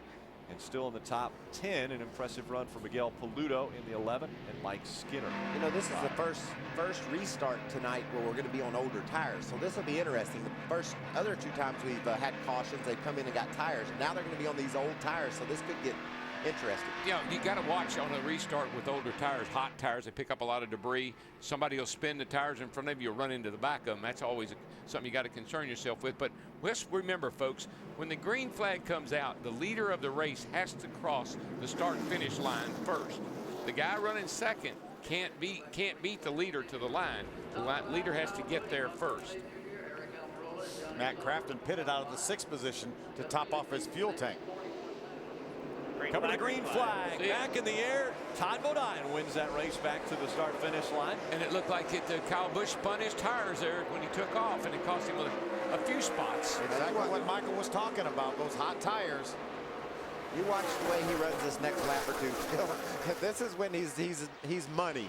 He just gets more out of his truck on the first lap or 2 after a restart than anyone else by far. Yeah, well, I think everybody else, Michael says, well, I got to let my tire pressure build up and everything. He forgets all that. Todd Bodine still has the top spot. Kyle Busch looked to the inside, couldn't make the pass. Look who's fighting for that 3rd spot. Johnny Sauter on the outside of Ron Hornaday. Don't look now, boys, but here he comes. Johnny Sauter's been the fastest truck on the racetrack almost all night. That last time by, again, the fastest lap. Todd Bodine 2nd fastest, and Kyle Busch was the 3rd fastest. There you see Austin Dillon riding behind Almirola. Those guys all fighting up inside the top, fighting for a top 5 spot back there. You know, I said Mike Skinner earlier when Dillon got sideways in that black 3 truck. You remember Mike Skinner back in 95, 96, driving that black 3? He won 8 races 2 years in a row. You just about had to beat Mike Skinner every week if you wanted to win a truck race. And I'm glad I had that flashback. I like thinking about Skinner driving that black number 3 Goodwrench truck. In a lot of those races, he led every lap because we had a halftime break back then as we have a battle for the lead. Kyle Busch drives by him. Kyle Busch still hasn't cleared Todd Bodine. Now Bodine with the momentum in the middle of the track is going to work his way back to the door of that 18. Coming out of turn 4. Bodine has the advantage. Looks like the 18, Kyle Busch, takes a few laps for him to really get going. But once he does, he's like got a little bit better truck than everybody else. Remember what happened at Kentucky? Todd got in victory lane, said, I want to thank Kyle Busch. He drove me dirty. He spun me out, and he got me get some fuel. Had enough fuel to get to the end. Well, what do you think? Racing dirty now, or is this clean racing? Kyle Busch, that wasn't racing dirty then. That wasn't racing dirty then. And it ain't racing dirty now. That's just racing. But Todd's wanting to hang up on the outside of Kyle, but it looks like Kyle's going to be able to. Oh, I thought he was going to close the door, but he's not quite going to get it shut. Todd Bodine still working that outside line to stay in front of the 18 of Kyle Busch. Looked like Kyle pretty much had enough room. He could have got up there and pulled up in line. They continue to race side by side. That allows the 13 of Johnny Sauter to get thrown into the mix again. Look at Sauter this battle. earlier just said, I'm out of it. We don't have a chance. Let's hope for a top 10 finish. Now he's battling for a lead. Here comes Hornaday to the inside. Top 4 trucks side by side. Back at you. We can see that progressive banking, how that 30 truck through the roof. Oh, out of the gas. Yikes, had to get out of it a little bit, and that's going to cause him to get run over from behind if he's not careful. Side by side for 3rd. Hornaday trying to take it away from Johnny Sauter. Here comes Sauter on the outside now, hoping that momentum will get him by the 18. I think Hornaday must have had issues too, because we saw Kyle Busch and heard him get out of the throttle, but he didn't have any less momentum than the 33 did. Man, I tell you, and momentum is so. That's what happened to the 51 there, Almirola. He had to jump out of line because he was about to run over the truck in front of him. So now shuffled back to the 4th or 5th spot has been the 33 of Hornaday as he battles back into the 4th position in front of Almirola. I tell you, Almirola's got a pretty darn good truck, and he's been lurking around there, the top 3 or 4. What about our buddy Elliott Sadler? He's got his stuff tuned up now. He's not jerking his wheel all over the place, holding a pretty good line and making some ground. He's been back around the back part of the top 10, and now he's raced up toward the top 5. Oh, when the old laps start running out, you find out who's got what, boys. This is when you get on it. There's Travis Quaffle in the 16 on the inside of David Mayhew in the 19. Travis has had a solid run here as he eases up the racetrack on David Mayhew. Top 15 run going for Travis Quaffle in that 16 Rick Ware truck. Almirola, he's all over the place back there trying to figure out how to get around Hornaday. That's your top 6, top 7 just went by. Crafton running in that 7th spot. Johnny Sauter's back in the same position he was a while ago, trying to figure out a way to get by the 18 of Kyle Busch. And every time he tries to figure it out, Hornaday tries to figure out a way around him. So he's got to deal with both trucks in front and behind. Sauter's been a busy man tonight making all the moves he's made. What he's hoping for is there's no more cautions. Yeah, let's just run this thing out on the track. Let's settle it out here on the track, boys. Please. Almirola is down to the bottom of the racetrack. He's trying to grab position as the 13 of Johnny Sauter gets into the 18 and now up into the wall. So the 18 and the 13 contact. Owners championship. Who's leading the race and who just hit the wall? Wow, that was a mistake there. Kyle Busch now just tried to close the door. Somebody has got to calm Kyle down here real quickly, because that 13 will be coming back around him here in a second, and he doesn't need to do anything foolish. Calm the nerves. The 13, the 18, nose to tail. Here comes the 2 of Elliott Sadler to the inside. How much damage on the right side of that 18 truck, Michael? Is it rubbing the tires? I think the 13 actually hit harder than the 18. Looked like the 13 did enough damage to where it might have hurt it. Just a little wisp of smoke there from the right front of that 18 truck. Yes, sir. That can cause him a real problem here. It's definitely changed both those trucks, guys, and they're not going to handle the same as they did before, and it won't be better, I can promise you that. These trucks depend so much on front aero downforce to get around these turns. Watch, Johnny Sauter just tries to close a door that's not. Just wasn't there, just didn't have them cleared. Wasn't even close to having them cleared. I'm not even sure he was trying to pull up. I don't think he really cared, to tell you the truth. I think he just went on up there. Maybe he'll lift. You see, you're right. I think he does make more contact, but there is some smoke coming from that 18's right front tire. Watch this onboard of Kyle. He just drives right on up there like he's not there. Oh, and he blew a tire, Phil. Yep. Caution flag is Caution out. has come out with just 30 laps of racing to go. Kyle Busch trying to clinch an owner's championship. Hey, guys, only 2 trucks out of this race. This thing is not over. How's your wheel and stuff here? So Kyle Busch with a lot of damage to the right side of his truck. Owner points. Hey, 70 now separate the 2. That's right. With about 30 laps to go right now may be the time to put those tires on, guys. Oh, yeah, you definitely will. And Kyle's got to come in. I don't think his truck is killed by any means. Watch there. There's the 18 of Kyle Busch. He stays way up close to the wall, then the right front tire goes down. Yeah. That's the good news, is he was already so close to the outside wall, he couldn't get any momentum to hit it. I think he was expecting that, Phil. I think he knew he had a serious tire rub, and I think he was kind of expecting that.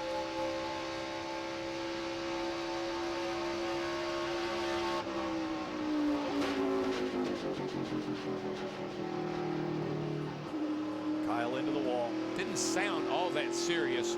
Wasn't that hard?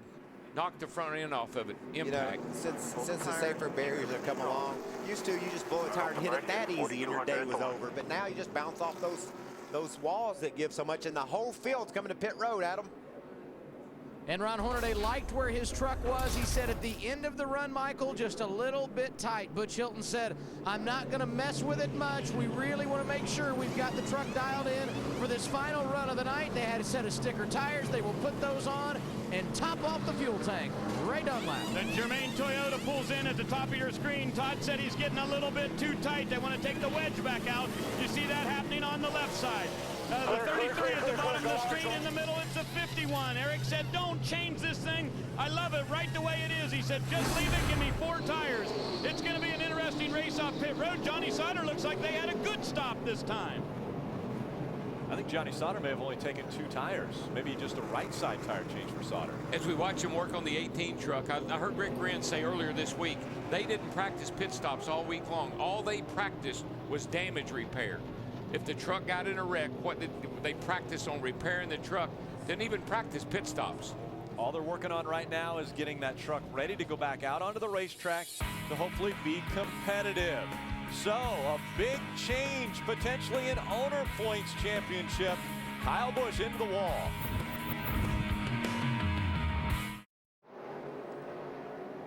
Watch the best of NASCAR on speed shows online on demand. Go to the video section of speed.com or NASCAR.com each weekend for interviews, highlights, race recaps from your favorite speed programs such as Trackside, Race Day, Victory Lane, and more. I'm sure we'll have some great stuff from this one. This one's getting really crazy. Really crazy. Hey, guess who got the lucky dog, Michael? Hey, guys, that was the 140th lucky dog this year. Wow. 140 they've given away. And Hermie got the 140th lucky dog. Aaron's doesn't care how many you need to get your life back in line. Nor do they care how many laps you back. They're just going to give them to you. But let me ask you a question. Hermie appreciates it. I'll guarantee you I guarantee you. Let's figure this out. Who's our favorite now? Todd Bodine, who was leading the race, is back in 11th. Hornaday's back there with him. There's so many trucks up front that hadn't been there all night. What do we got? Well, the top 6 stayed out. And so David Mayhew, Travis Quapple, those two are up front as we're still under caution. We're going to slip away for 60 seconds, and we'll be right back for the restart. We'll reset the field. We'll tell you who got 2 tires, who got 4, and who only took fuel.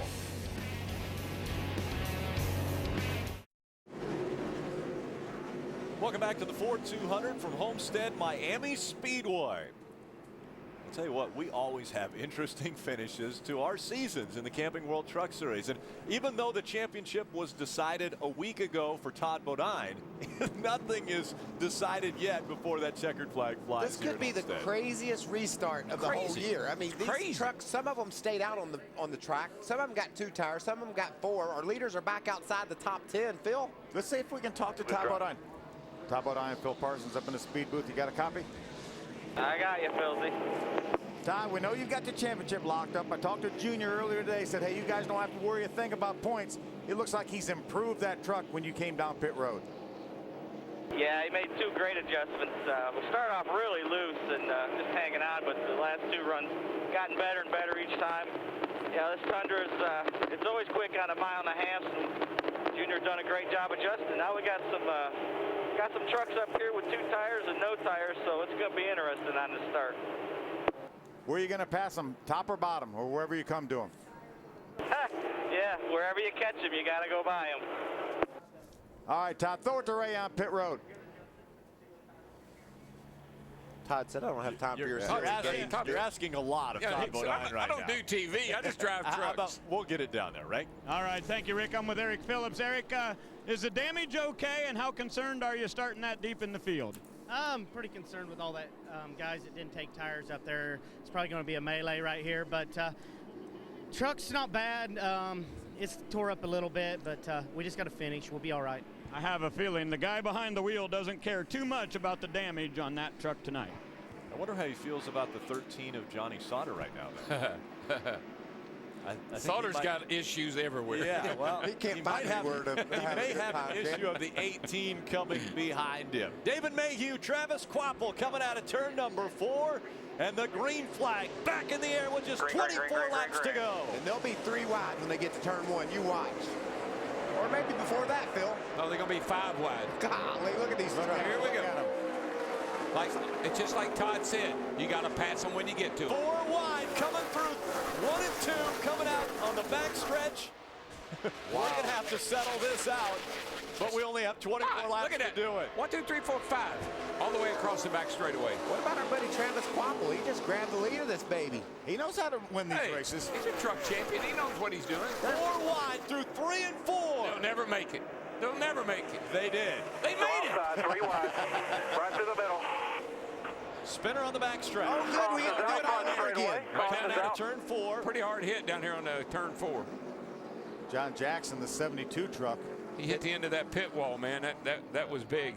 Getting the red flag from NASCAR. We're seeing the window net come down. That's a great sign. You won't. I mean, he knocked the heck out of the barrels on the end. Look at that. That's why the red flag came out. We got to fix all that. My goodness. We got more barrels, Daryl? I don't know. There's plenty of sand. Not going to refill those. I saw it on the beach. So this is the 5th caution of the night, and we have gone straight to red flag conditions as they'll stop the field in turn 3. Kyle Busch restarted 22nd, okay? Took him a long time to get to where? Where is he? 15. 14. Yeah. And you know what? Interesting, guys.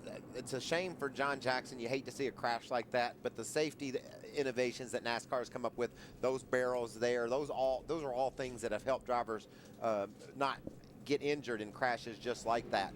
Now, what's good for us is this caution comes out, the red replaces the caution. When we go back to green flag racing, we get to see all that stuff all over again. They were 3 wide, 4 wide. They were 4 wide, 5 wide even, and the same thing's getting ready to happen all over again. I can't wait. Well, you got comers and goers, and you got the comers back in the middle of the field and the goers at the front, and so it's a big mess. That's the best way to describe it. Take a look at why we are under this red flag condition. Watch this thing hit the end of that wall. Oh, what a great move. Boom. Ooh. Who's the truck? Man, that was a hard lick. Hard hit on the right front of the 72. Look how far those barrels scattered. But you know, we and rightfully so, we brag about the new car, the new Cup car, and how safe it is. But across the board, you know, whether it's in the Cup cars, you see him out of the truck, there he goes getting in the ambulance. Whether it's a Cup car, a Nationwide car, or the trucks, across the board, every racing vehicle in NASCAR is so much safer than it was 15, 20 years ago. And the racetracks with these safer barriers, obviously, you know, those barrels there at the end of that wall. See, they're running by himself, got a little bit loose. Ooh. As you mentioned, that was a great job by somebody avoiding him. Yeah, that was the move of the day. 0-7 right there, it looked like. John King. John King. John did his night's work right there, just keeping from crashing. So the crews will go to work on refilling and putting new barrels at the end of pit road. Out in front, Travis Quapple, David Mayhew, but the man on the move, Kyle Busch.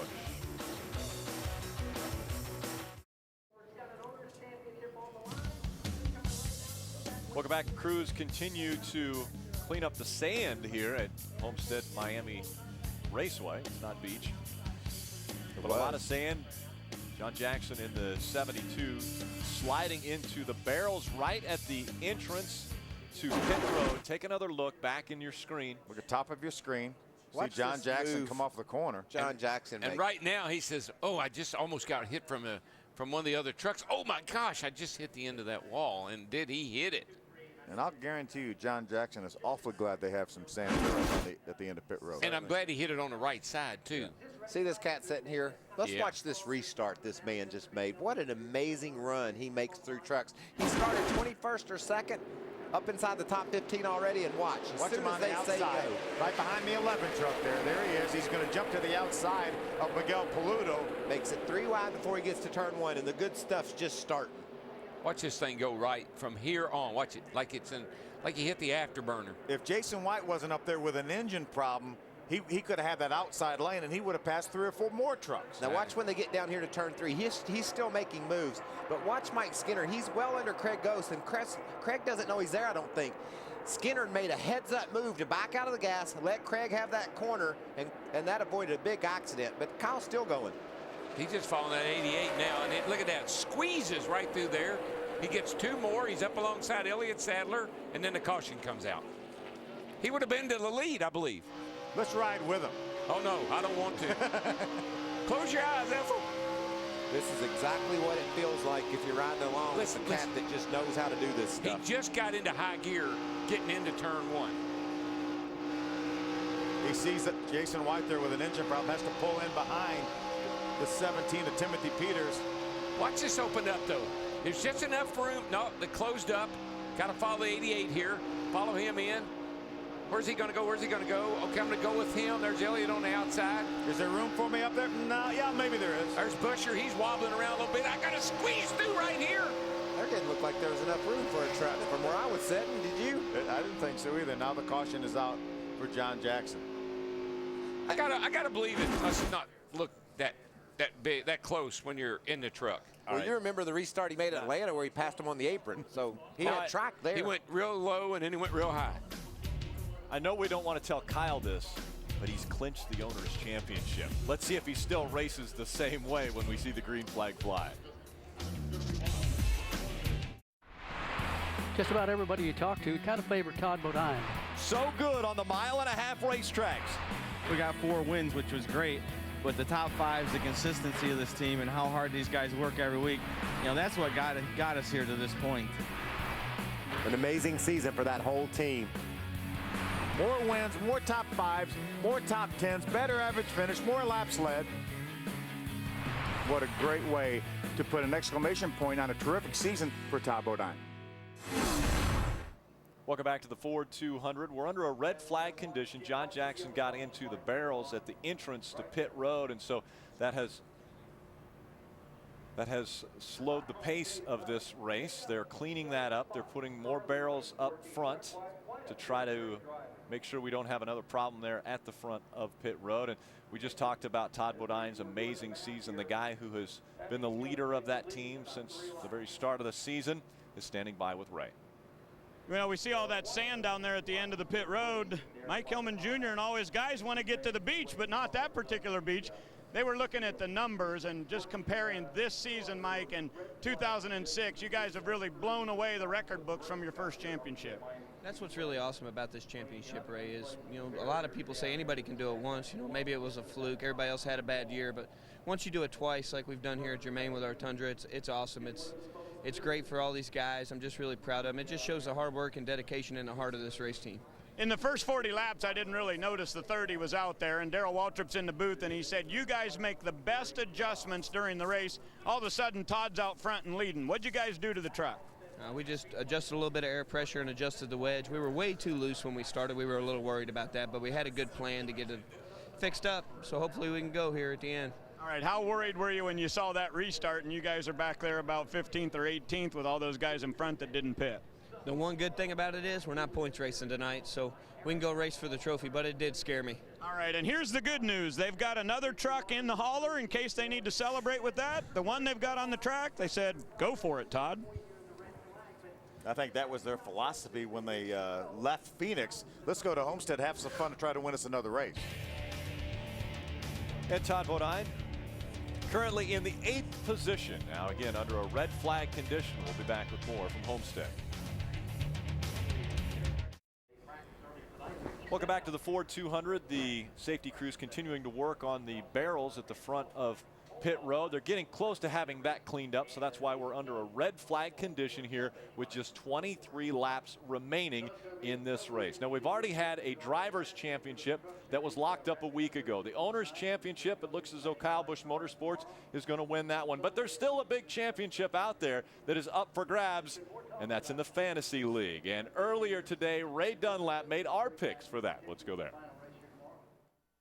Well, it's hard to believe that another season has actually come to an end, and if you haven't been to the track lately, I hope you'll come out and see the great Camping World store. They're at all the racetracks, and they've got everything you need for a fantastic racing weekend. But we've got some business to take care of. I want to take a look at the Speed.com fantasy standings.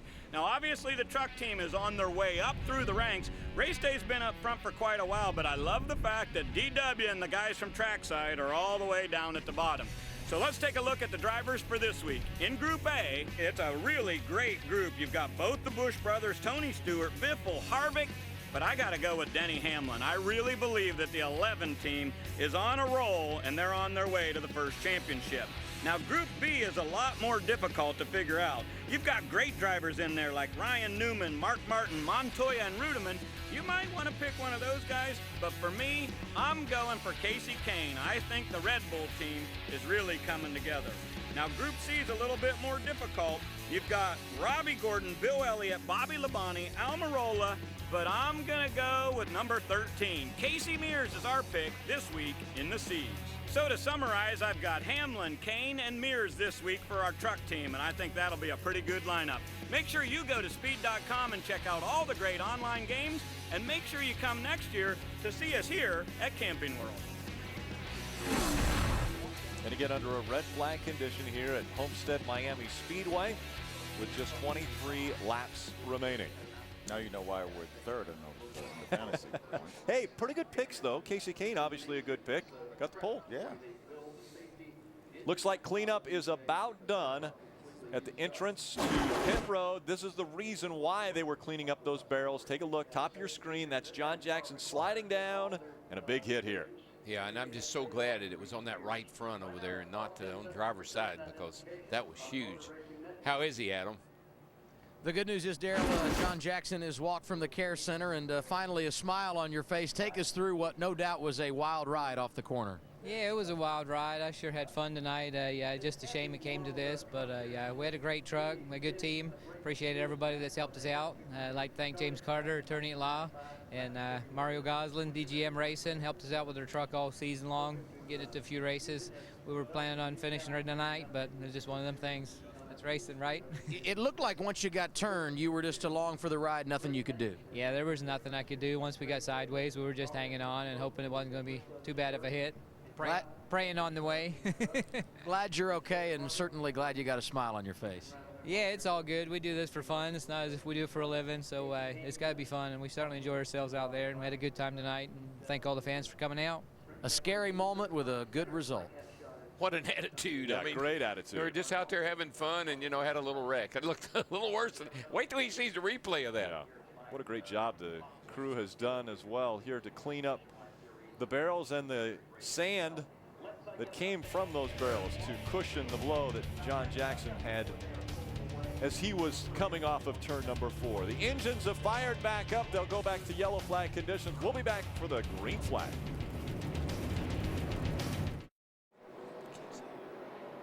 Trucks are rolling once again at Homestead-Miami Speedway after a 19-minute red flag condition. John Jackson, we just heard from him as he was able to come out of the care center, talk to Adam Alexander. He had a smile on his face, said he does this for fun.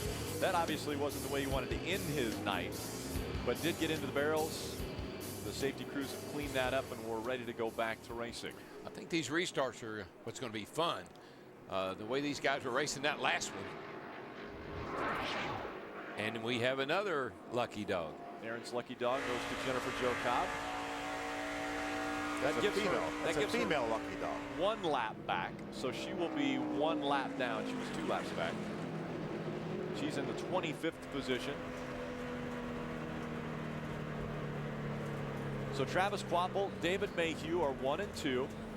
Lofton Sauter has moved up to the 4th spot. Almirola and Hornaday top 6. Max Pappas, Todd Bodine, Ricky Carmichael, David Starr, your top 10. You remember that last restart? We were do. 3 and 4 wide twice. I mean, almost all the way around the racetrack. We went through a little bit of a break, had a red flag, had to clean up some sand. You think they calmed down or anything? No. It's going to be just like that again. I can't wait to watch. I think that setup to me is maybe one of the most exciting race restarts of the whole year. And we get to do it again. And probably again and again, I would guess. No, you're telling me after 20 minutes of sitting calmly in your truck, you're going to go right back up and be 4 and 5 wide on the restart? Yeah, here's the problem. You've had time to think about it. Yeah, you got all this figured out now, right? You got it figured out now. Maybe worse. It may be worse this time. It could be. If Sauter hadn't hit the wall so hard, I tell you, he's got an awfully good chance of winning this race, but I'm not sure how much damage he has to his truck. But he's sitting there in 4th place. Guys that could beat him are back there. Todd's 8th, and I don't know. Kyle's in 14th. He's motivated. Well, and I don't know. I don't think we've learned yet how bad that truck is. I don't either. We went to caution. We had a quick restart, and then we went back to caution. So that truck could be messed up, and we just don't know it yet. Time will tell. I'd say keep an eye. That time is about to happen. Yeah, the time is coming. Keep an eye on that 18 because he made up to 12 spots in 1 lap there on the last restart. And things are going to happen quick now as the field comes out of turn number 4. Again, it's Travis Quapple, David Mayhew, 1 and 2, and the green flag back in the air. 20 laps to go. Uh-oh. Justin Lofton makes the move to the inside. Justin looked like he might have jumped a little early. He can't pass till after the start-finish line. Kyle's 4 wide now on the outside. They've cleared Ricky Carmichael. Now it's only 3 wide. Not a great start by David Mayhew. No, Mayhew actually backed up that whole bunch. Huge run to the inside by Kyle Busch, trying to get by the 88 of Matt Crafton. He made it. And the 46 of Craig Ghost. Got 2 on. He's got about 4 or 5 on this first lap. How about that run for Travis Quapple so far? Travis Quapple still out in front. There's David Starr right behind Max Pappas. Yeah, he's giving Pappas a big push, and they drive around the outside of Kyle. Comes Almirola. He's got a good look here underneath. That's Hornaday down at the bottom. He cuts right up in front of Johnny Sauter. Was there room? Hornaday into second. Barely. Just in front of Johnny Sauter. Now looking to take the lead away from Travis Quapple. Hornaday to the front of the field. Boy, I tell you get the lead now. I mean, we've only got 15 laps to go. Oh, no, the Austin three's in Dillon's the wall. into the wall, and they snake by him.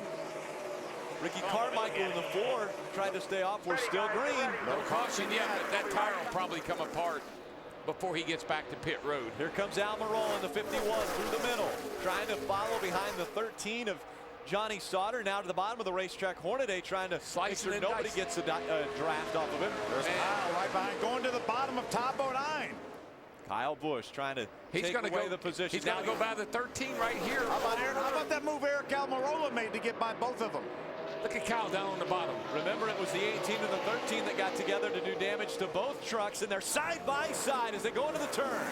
I believe that 13 truck is damaged or wounded. He's not quite as good as he was earlier. We saw him make more contact, harder contact with the wall than the 18 of Kyle Busch did. Right now, they're just, they got fresh tires on, so they're running off the tires for a little bit here. But if you got damage out of it, the truck will just start slowing down.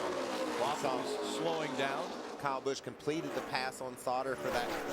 Look at Kyle. Third spot. Back up from 22nd to 3rd in 3 laps. Hornaday currently running up front. Almirola runs second. Kyle Busch up to 3rd. Johnny Sauter 4th. Boy, Todd's truck does not look like it's as good as it was prior to that last round of pit stops. It really doesn't. I noticed the tires they put on his truck look like they were older tires. Matt Crafton pulls to the inside to make it 3 wide, trying to get by Travis Quapple and Justin Lofton. You mean like older new tires? Yeah, but they just, the lettering on them looked a little older. Way up there. Oh, baby. Almirola trying to stay in front of the 18 of Kyle Busch. Kyle Busch can drive something wrecked, torn up, better than anybody I've ever seen. Remember at New Hampshire when he hit the wall and he knocked the wall down and still won the race. But Johnny Sauter's doing the same thing, Darrell, hanging right in there in the top 5 with his truck that's torn up. Austin Dillon's on the right side of your screen. You see the smoke coming out of the right side of that. A little tire rub there. He'll come to pit road with that truck, Rick. I believe that tire finally went down.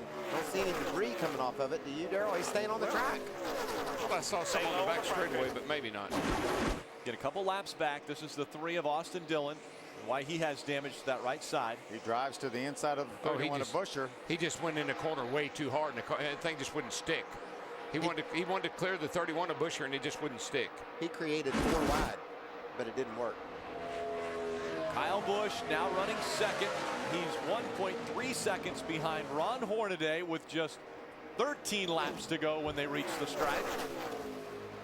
You know, we talked earlier in the show how much it would mean to Hornaday after all the stuff he's hit this year and the troubles he's had to be able to grab a win here at the last race of the year after announcing last week he's going to be back with that team again next year. What a huge night this would be. Yeah. How about Kyle Busch right now, guys, running in the 2nd spot. He's made 15 starts this year, 11 times either 1st or 2nd for Kyle Busch. 0.4 of a second faster than Hornaday that last lap. He's catching Hornaday at about 0.4 a lap here, so he's got plenty of time to catch him. You know, and he's bringing a lot of trucks with him. It isn't like he's leaving that pack of trucks he's with. They're all dragging up toward Ron Hornaday. Well, Michael, if you have damage, that takes a few laps for the tires to react to that damage.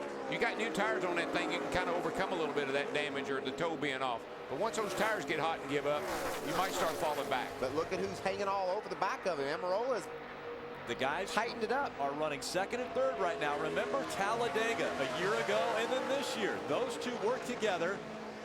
2 years ago, it was Almirola who pushed Kyle Busch to the win. This last year, it looked as though Kyle Busch was going to push Almirola to the win. And then at the last second, right by, and Kyle Busch got the win again. Look at the speeds at the line. Kyle Busch fast again. Yep, that time by, he was 0.2 better than Ron. Ron's out there fighting that air by himself. He's got great downforce on the front of his truck, but he's busting the air for these guys behind him. They're getting a draft off Ron. Right now, that's about the perfect distance where you can really gain some time on the straightaway because of the draft. As they get closer and closer to Ron, it'll disrupt the handling of their truck somewhat, and they won't be able to gain that much ground. Yeah, Ron's truck looks tight. It looks like when he comes off the corner, he's scrubbing a lot of speed off, and that's where Kyle is really catching him. Kyle Busch that time 0.3 of a second faster than Ron Hornaday. Now the separation between 1 and 2 just over a half a second. Now you can really feel the draft down the straightaway here. With the truck, big spoiler, big hole in the air. That 18 is really getting the feel. Here he comes, closing fast. What about our 2nd and 4th place trucks? They've had a crash, and yet they're closing on our leader. Keeping the momentum up on the high side. The 18 of Kyle Busch. The last time by, it was just over a half a second. This time when they crossed the stripe, the separation 0.4 of a second. DW, it was noticeable that time how much ground Ron Hornaday lost coming off turn 4. Yeah, I think he's having to get out, maybe even get out of the gas a little bit. Hornaday sideways. No, that was Johnny Sauter that was sideways just behind the 51 of Almirola. Trying to get by Eric Almirola, trying to force the issue. Got a little bit loose, lost some air off that spoiler. And here comes Elliott Sadler in the 2 truck. Right around him. Woo, Elliott's going to go sideways. He lost it. Elliott running in the 6th position, brings the caution out with just 8 to go. That's how loose that truck's been all night long, and he put it in the worst spot he could put it in, underneath someone, and just turned him around. Elliott Sadler in the 2. I was just getting ready to say that Ron's going to have to change his line. That low line's not going to work for Kyle, and now he's going to get a chance to calm down under caution here and see if he can't make it work. What about this restart we've got coming? Ron Hornaday and Kyle Busch, 2 of the very best we've ever had on restarts. Weren't they matched up against each other up at Martinsville on a late restart? And Ron got the better of Kyle. Drove around him on the outside. What an amazing restart that was. Now, again, Sauter was behind the 51 trying to make a pass. Look back to how he got sideways. Right now, Johnny's the white loose, truck down on the bottom. Front end. He's chasing that truck up the hill.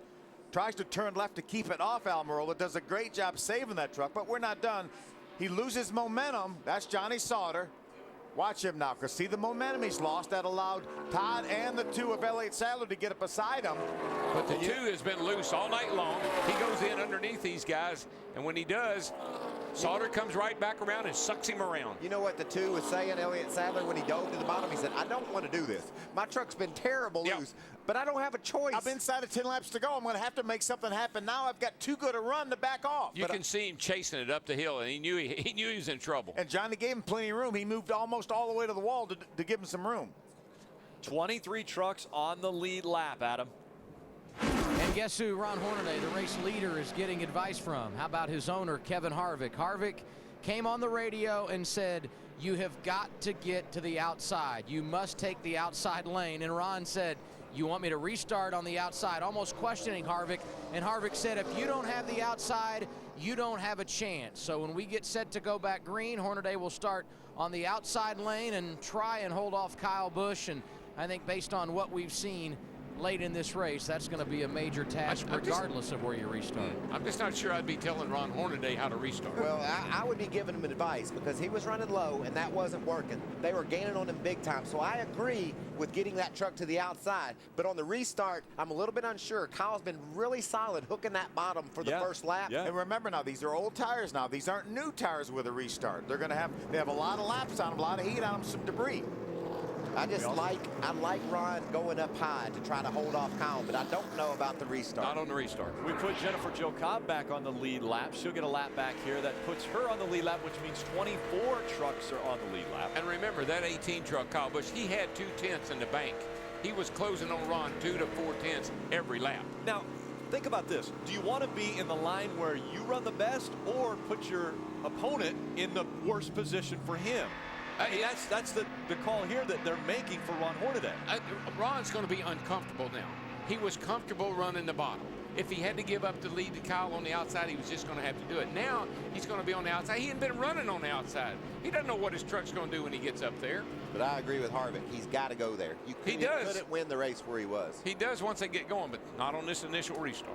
But, hey, guess what, guys? There'll be 5 laps to go. We're just going to find out what's going to happen here in when just we a get few the seconds. green flag, we will be 5 laps of racing remaining in the 2010 season. Let me remind you that we've got probably the restart Kings leading the race, and the guy that's trying to dethrone him is running second. So it probably doesn't matter where you put these 2 guys. It's going to be a great restart. And remember, Kyle Busch, he's 1 win behind Todd Bodine as far as the winningest mile-and-a-half drivers. And he's surrounded by some of his best friends. There's Johnny Sauter over there, and there's Eric Almirola behind him. And Todd Bodine. Todd Bodine. He's got all of his friends right there with him. Caution's still out. We're going to go another lap here. I'm glad. My heart By all means. I think we're going to restart. It looks like maybe with 4 laps to go. If they get 1 to go here. My heart rate's a mess. Well, the good thing is after tonight's race, you can calm down and enjoy trackside. That'll be right behind us here on Speed. Well, I'm all messed right here. I'm all messed up about this cup battle we're going to have on Sunday, man. This is going to straighten it out. This is amazing stuff. It's Closing out the season with a head-to-head match, and another guy in third who, if those two slip, can make it all very interesting. And that guy in third just gave the advice to the guy who's leading this race to start on the outside. And I like getting advice. Kevin Harvick races these trucks. He understands exactly what they do, what they're going through. He was there. That's what I said when the caution came out. Ron had a chance to regroup and figure out what he needed to do. You knew he was going to get a lot of direction from above. And Kevin chimed in and said, I want you on the outside. I want you to stay there. And don't forget, as we watched those three guys race for a championship, race day will kick it all off at 9 a.m., a special 3-hour edition of race day. And DW, you're going to be on race day. Me and all the crew, Larry, Jeff, and all of us are all going to have a special, it's a special a race day show, and it's the last one of the year. And Speed is throwing everything we got at that race, at the race day on Sunday. And I think Denny Hamlin wins the championship. Closest battle in the chase that we've ever had. Starting 36th. He's got his work cut out for it. That's a lot of work. That's Kevin Harvick's area, real estate territory. Well, I said all along, I thought if the 48 qualified up in the top 10, he's won 18 races from starting in the chase, starting in the top 10. Catch your breath, everyone. 4 laps of racing to go here at Homestead-Miami Speedway. Hornaday and Busch, 1 and 2. Green flag back in the air. Hornaday on the outside, Busch on the inside. Hornaday's going to try to squeeze him down. He's trying to pin him down is what he's trying to do. That was just not a very good move, I don't think. Kyle Busch has cleared him, going through 2 and down the backstretch. Bye-bye, Kyle.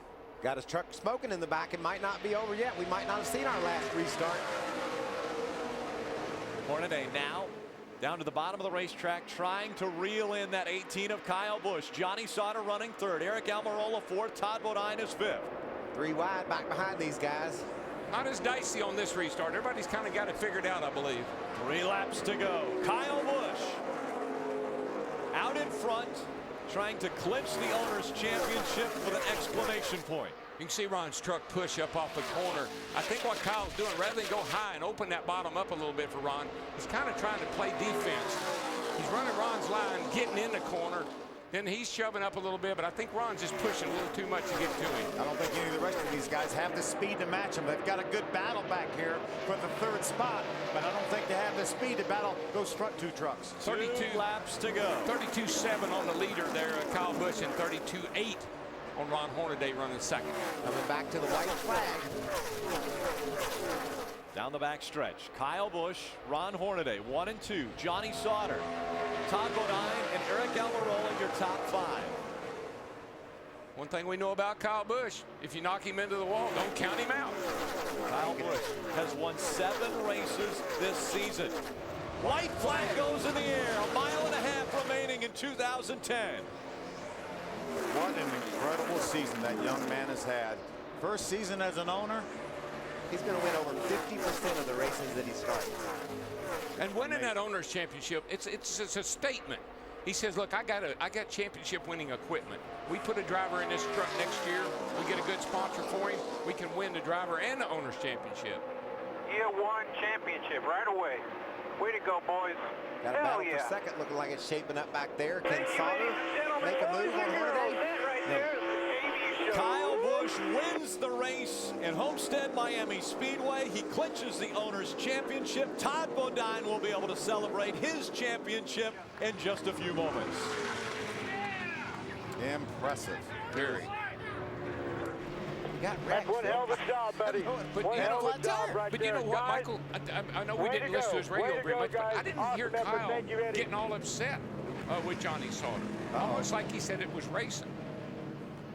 Eric Phillips. Look at that. Celebration. Yes. That's what a championship feels like right there. You know what these guys are all saying? When we went to work for Kyle Busch, we didn't have anything. We had a shop, and it wasn't even finished. They're going to pop some champagne after championship game. The first season for Kyle Busch Motorsports, and he will be celebrating his first owner's championship. Look at that. He not only wrecked once, I forgot he wrecked twice, Phil. He got wrecked off turn 4 with Johnny Sauter, then he blew a tire and hit the wall going into turn 3. They patched her up and he drove into victory lane. I'm not sure it would have mattered, Daryl, where he had a start in the last start. His truck was just better than Ron's at the end. When he restarted 22nd and in one lap he was running 14th, I thought he might have something for him. Todd Bodine puts a cap on an amazing season as he clinched the championship a week ago, finishes 4th tonight. A strong truck, always at your mile-and-a-half racetracks. And her second championship goes to Germain Racing with Todd Bodine. Every time I see these guys do these burnouts and all this stuff, I think back to Junior Johnson. I would have gotten fired if I'd have done something like that. Boy, you lost your mind. Or bring that car in here. But you know what I love? The fans love it, man. They like seeing those tires spinning and those drivers out celebrating. And somebody that's done it more so than anyone else this year. Here's what I like right here. Here's what I like. Yes, sir.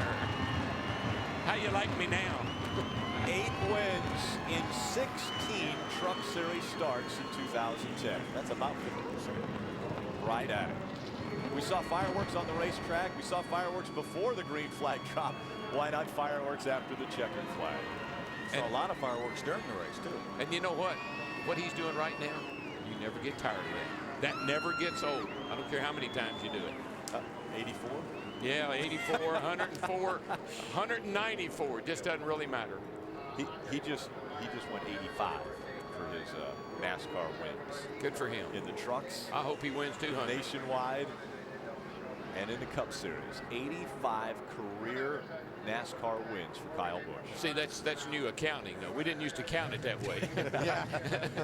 The new accounting. How about that? Oh, Again, Mike Hillman Jr., he broke his ankle while working at the New Hampshire race. He was carrying the tires for the K&N Pro Series race and got hit by a car, broke his right ankle. But look at this. He didn't miss a beat either. He was there when the track opened the next morning. You know what that tells me? They got some really good fabricators over there at Germain. Somebody built him a nice little cart there. They can build pretty good trucks, too. Yeah, they build great trucks. What a celebration this will be for the Germain family, Germain Racing, and everyone involved with that organization. Todd Bodine won the first championship for the Bodine boys a couple years back and now claims the second. And the Germains are all in, too. I mean, you look at them in the Truck Series or in the Nationwide Series. K&N Pro Series. They're big-time players, too. That's got to be a pretty good ride right there. A good feeling knowing what you've accomplished this season. That team started this year and said that they could be championship contenders. It was a tire test early in the year, I think at Pocono, where they said they learned some things about their truck, where Todd finally said it was fast before, but it wasn't comfortable. And Todd told him after that tire test that was the feeling he was looking for, and they parlayed that feeling into a championship season. So what a great job by this whole team, and Mike Jr. calling the shots in the pit. And Todd, he made a mistake at a race in Iowa on a restart. He cut a guy off and got into the wall. And I think that really sharpened Todd's vision for having to win, how he was going to win this championship. Felt like he made a mistake there, learned from that mistake, and from then on was solid the rest of the year. You know what I like about Todd? I mean, he's a blue-collar driver. He used to work on his brother's cars. He's a fabricator by trade. And you talk about a blue-collar driver. Kyle Busch is a guy who's extremely hands-on with his truck team. I mean, he'll climb out of that truck and he'll work on it while they're at practice. So another hands-on blue-collar driver, and Kyle Busch has made his way into victory lane. So they will celebrate not only the win here at Homestead, but also the Owners' Championship. So the banquet, Kyle Busch will celebrate lifting the hardware for the first time as a rookie owner in the Camping World Truck Series. Let's go to Adam Alexander.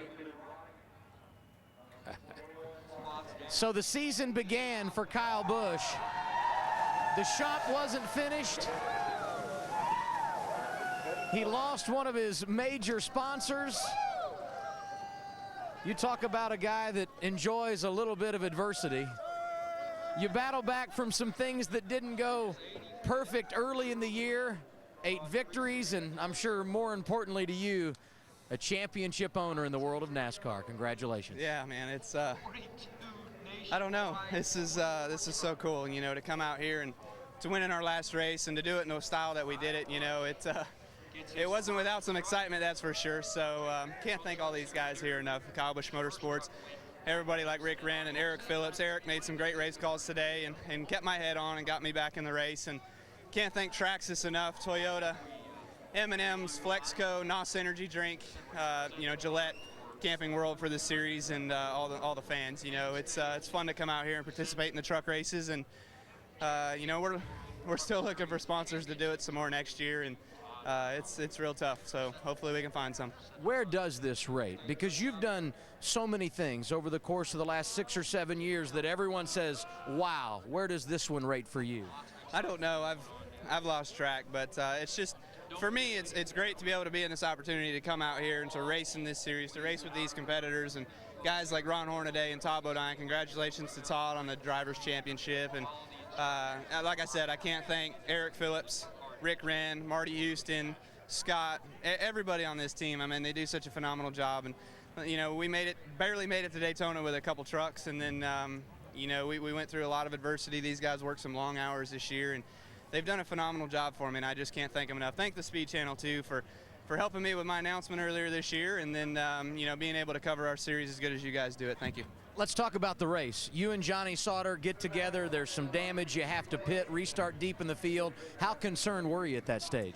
I was pretty concerned. I just knew that we were going to be back in traffic, and my truck wasn't great out front. It was really loose, but back in traffic, Eric and these guys made another great call to tighten it up.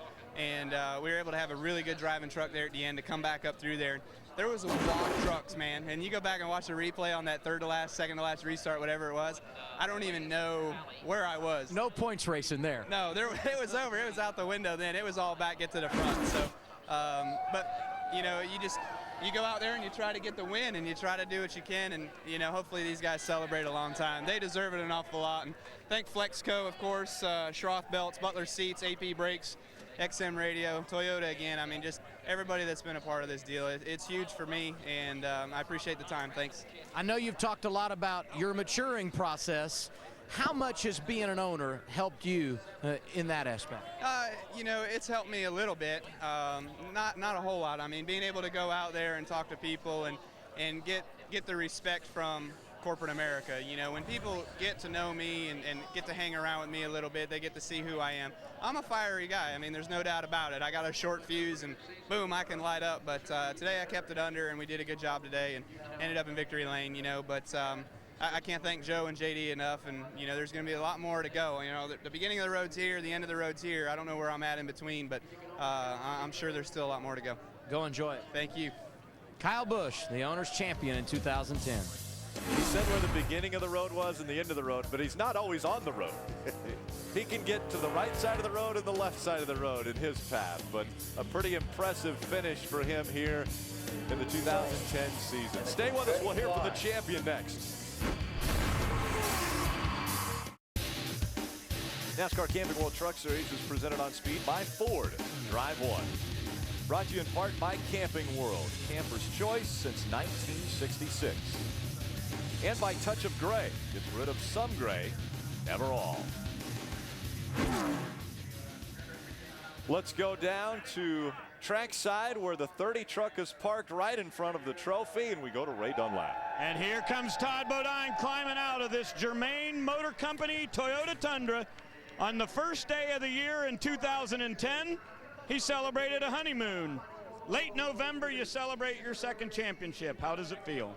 It's, I never thought that I'd be a one-time champion, let alone two-time champion, and I don't know what to say. It's because of these guys up on the stage and all the guys back at the shop that ain't here.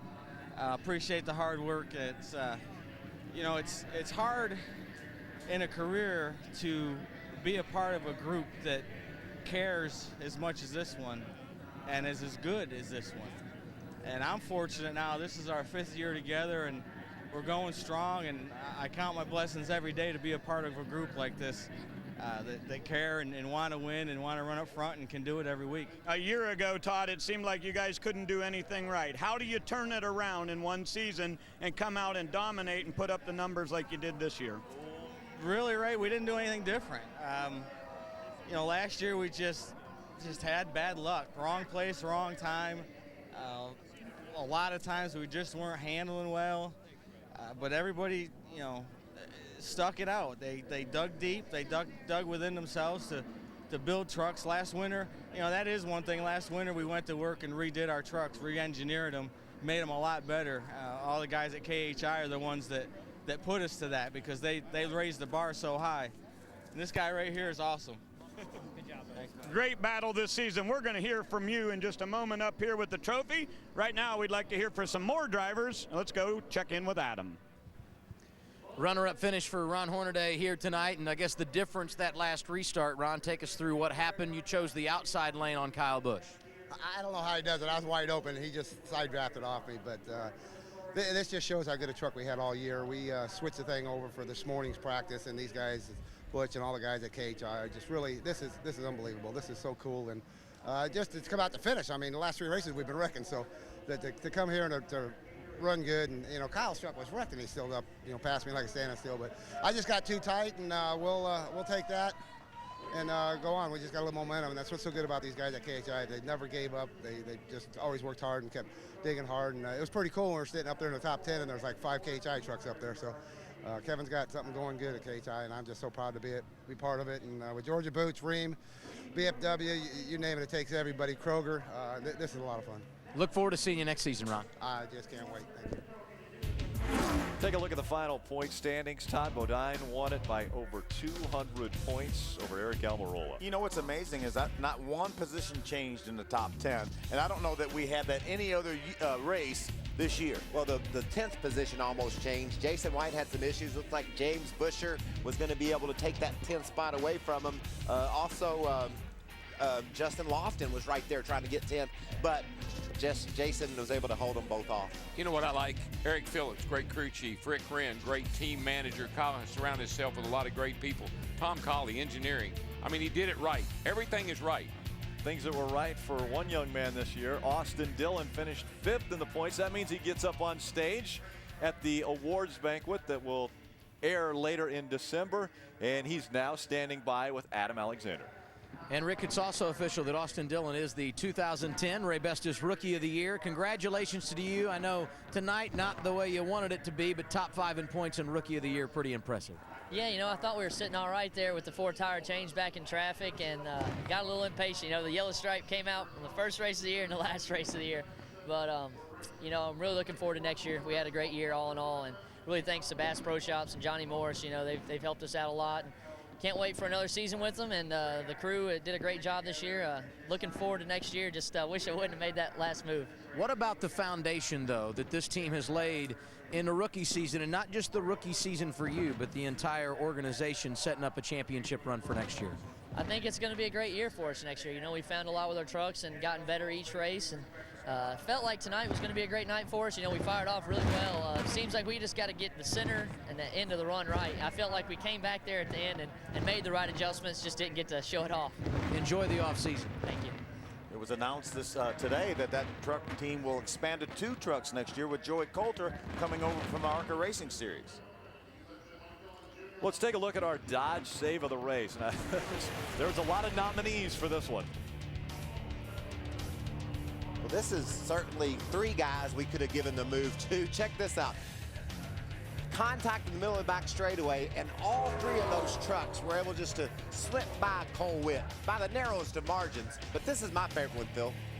Got John King that just narrowly avoids Johnny Jackson. John Jackson. John makes hard contact, but John King, he absolutely changed directions with that 07 truck. And he did it right in the middle of the corner, the hardest thing to do. What a great job.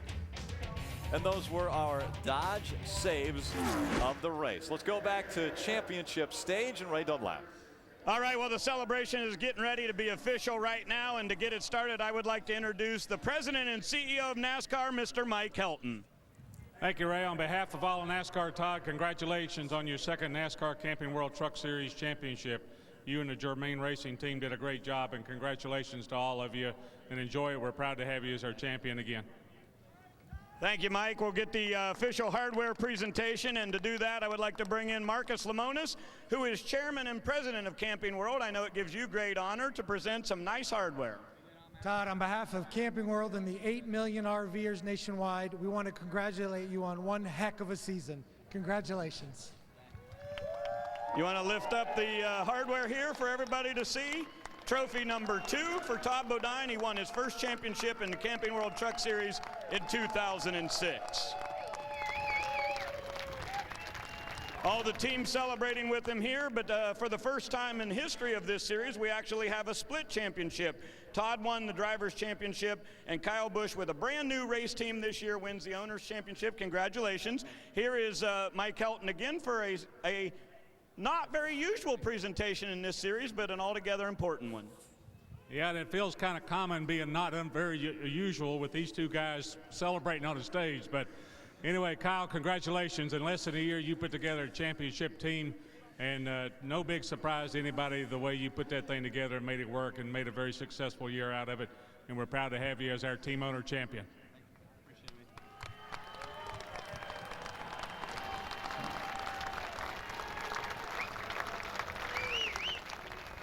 Kyle, I know we've already heard from you, but in a way, looking back on this year, I know it's been great for you in all 3 of the divisions of NASCAR, but to put this thing together, last year at Phoenix, you told me it wasn't even going to happen, and here you are with 7 wins and a Owners' Championship.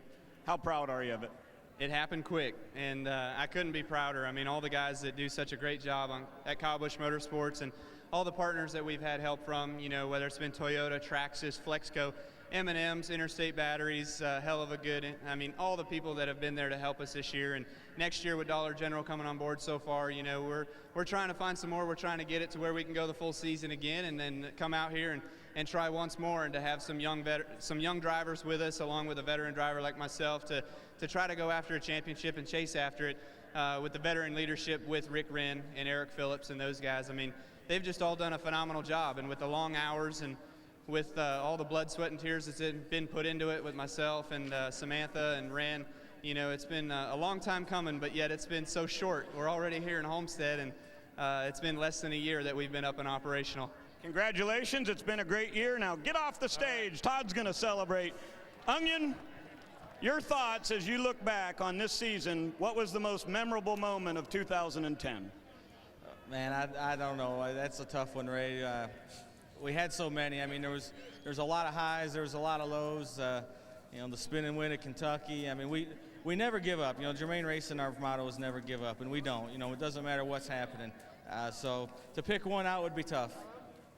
When you look back on this one, how does 2006 championship compare with 2010? Well, I think this one was a little bit better. You know, we were more consistent on a weekly basis. You know, this truck right here has never finished out of the top 5. It's like 12 top 5. So, I mean, it's incredible how good our stuff is week in and week out. And that's due to all these guys up on this stage and how hard they work. You know, if we come back with a little dent in it, they don't just fix the dent. They'll cut the piece off and put a new one on. And that's the commitment they made to running up front. And it shows every week. And everybody at Toyota and TRD have done a hell of a job. I mean, to be able to win the Owners and the Drivers' Championship and all the wins, the Manufacturers' Championship, everything that goes with it, it just shows you how good they are. In about a month, he'll celebrate his first wedding anniversary with his wife, Janet. And right now, the celebration begins with the Germain brothers and all of this team. Hey, guys, let the champagne fly. There we go.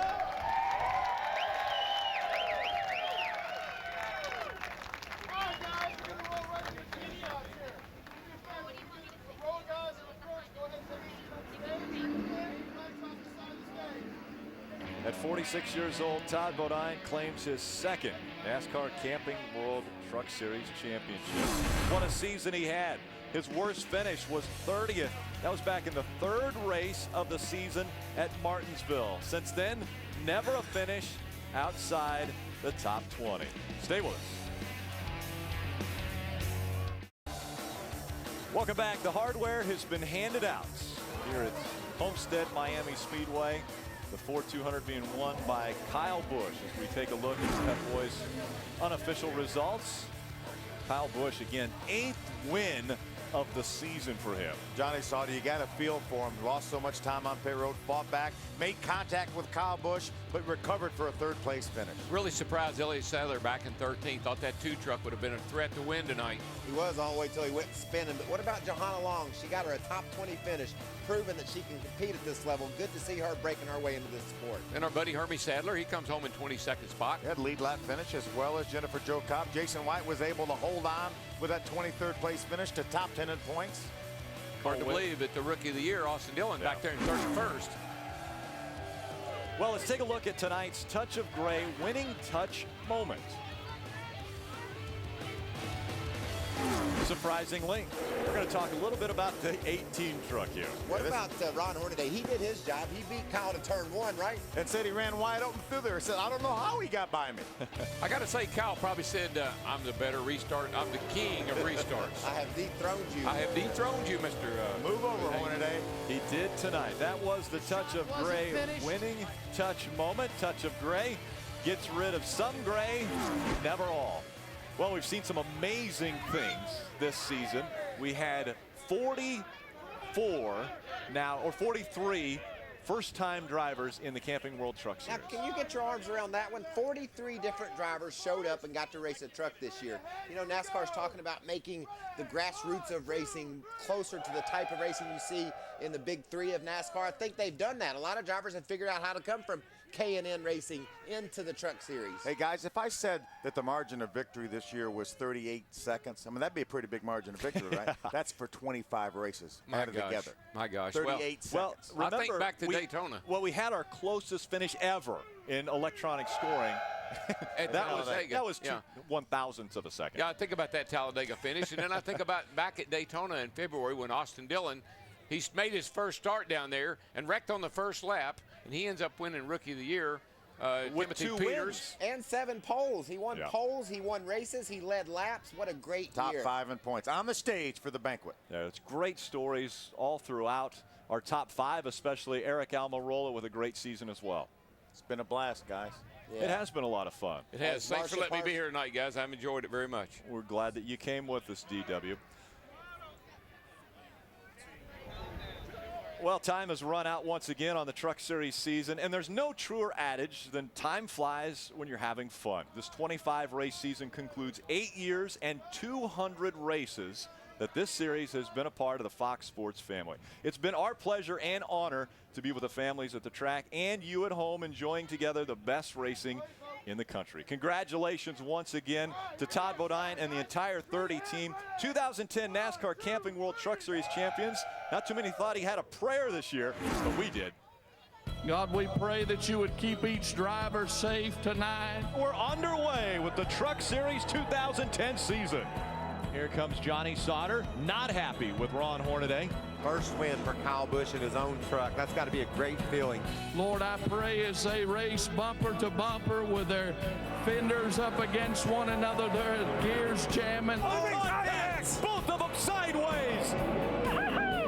My first win, man. I told you we could do it. I pray you'd watch over them, Lord, as they lay their lives on the line. Red Raymer just exploded with Flynn. Hornaday goes around. The rain cart the can. Hornaday is on his lid. So that we might shout and cheer. Austin Dillon, a winner for the first time. Welcome for the very first time to Pocono. God, I pray you would watch over them as they go 3 wide into the turn. This is the Lady in Black. She's a fighter. She'll get you. First person I got to thank is Kyle Busch for driving dirty, sucking me down, and getting me spun out. With glitz and glamour and guts on the line, I pray, God, that your hand would be upon them. Buscher will pass them both. Harvick in second. Kyle Busch back to third. But we really want to get off this island. Hey, over here. Come get us. Hey, give us the greatest race ever witnessed upon this property. Who's going to make the move? It's a drag race. They're 3 wide at the stripe. Kyle Busch across the line wins it. The 30 of Todd Bodine, your 2010 Camping World Truck Series champion. And thank you, fans, for joining us here on Speed all season long. We have had a phenomenal time bringing you all 25 races. Congratulations again. The 2010 Truck Series champion is Todd Bodine. Todd Todd Bodine will have 91 days to enjoy the 2010 championship season before everyone is aiming to dethrone him and his Germain.com Toyota Tundra team. On February 18th, the 2011 season will kick off from the famously fast Daytona International Speedway, where all the storylines will be reset. Can Todd win a third championship? Will Ron Hornaday and his KHI Chevy make a run for a fifth championship? Or will one of our young guns surprise us all? Find out only on Speed as the 2011 season kicks off with the Great American Truck Race.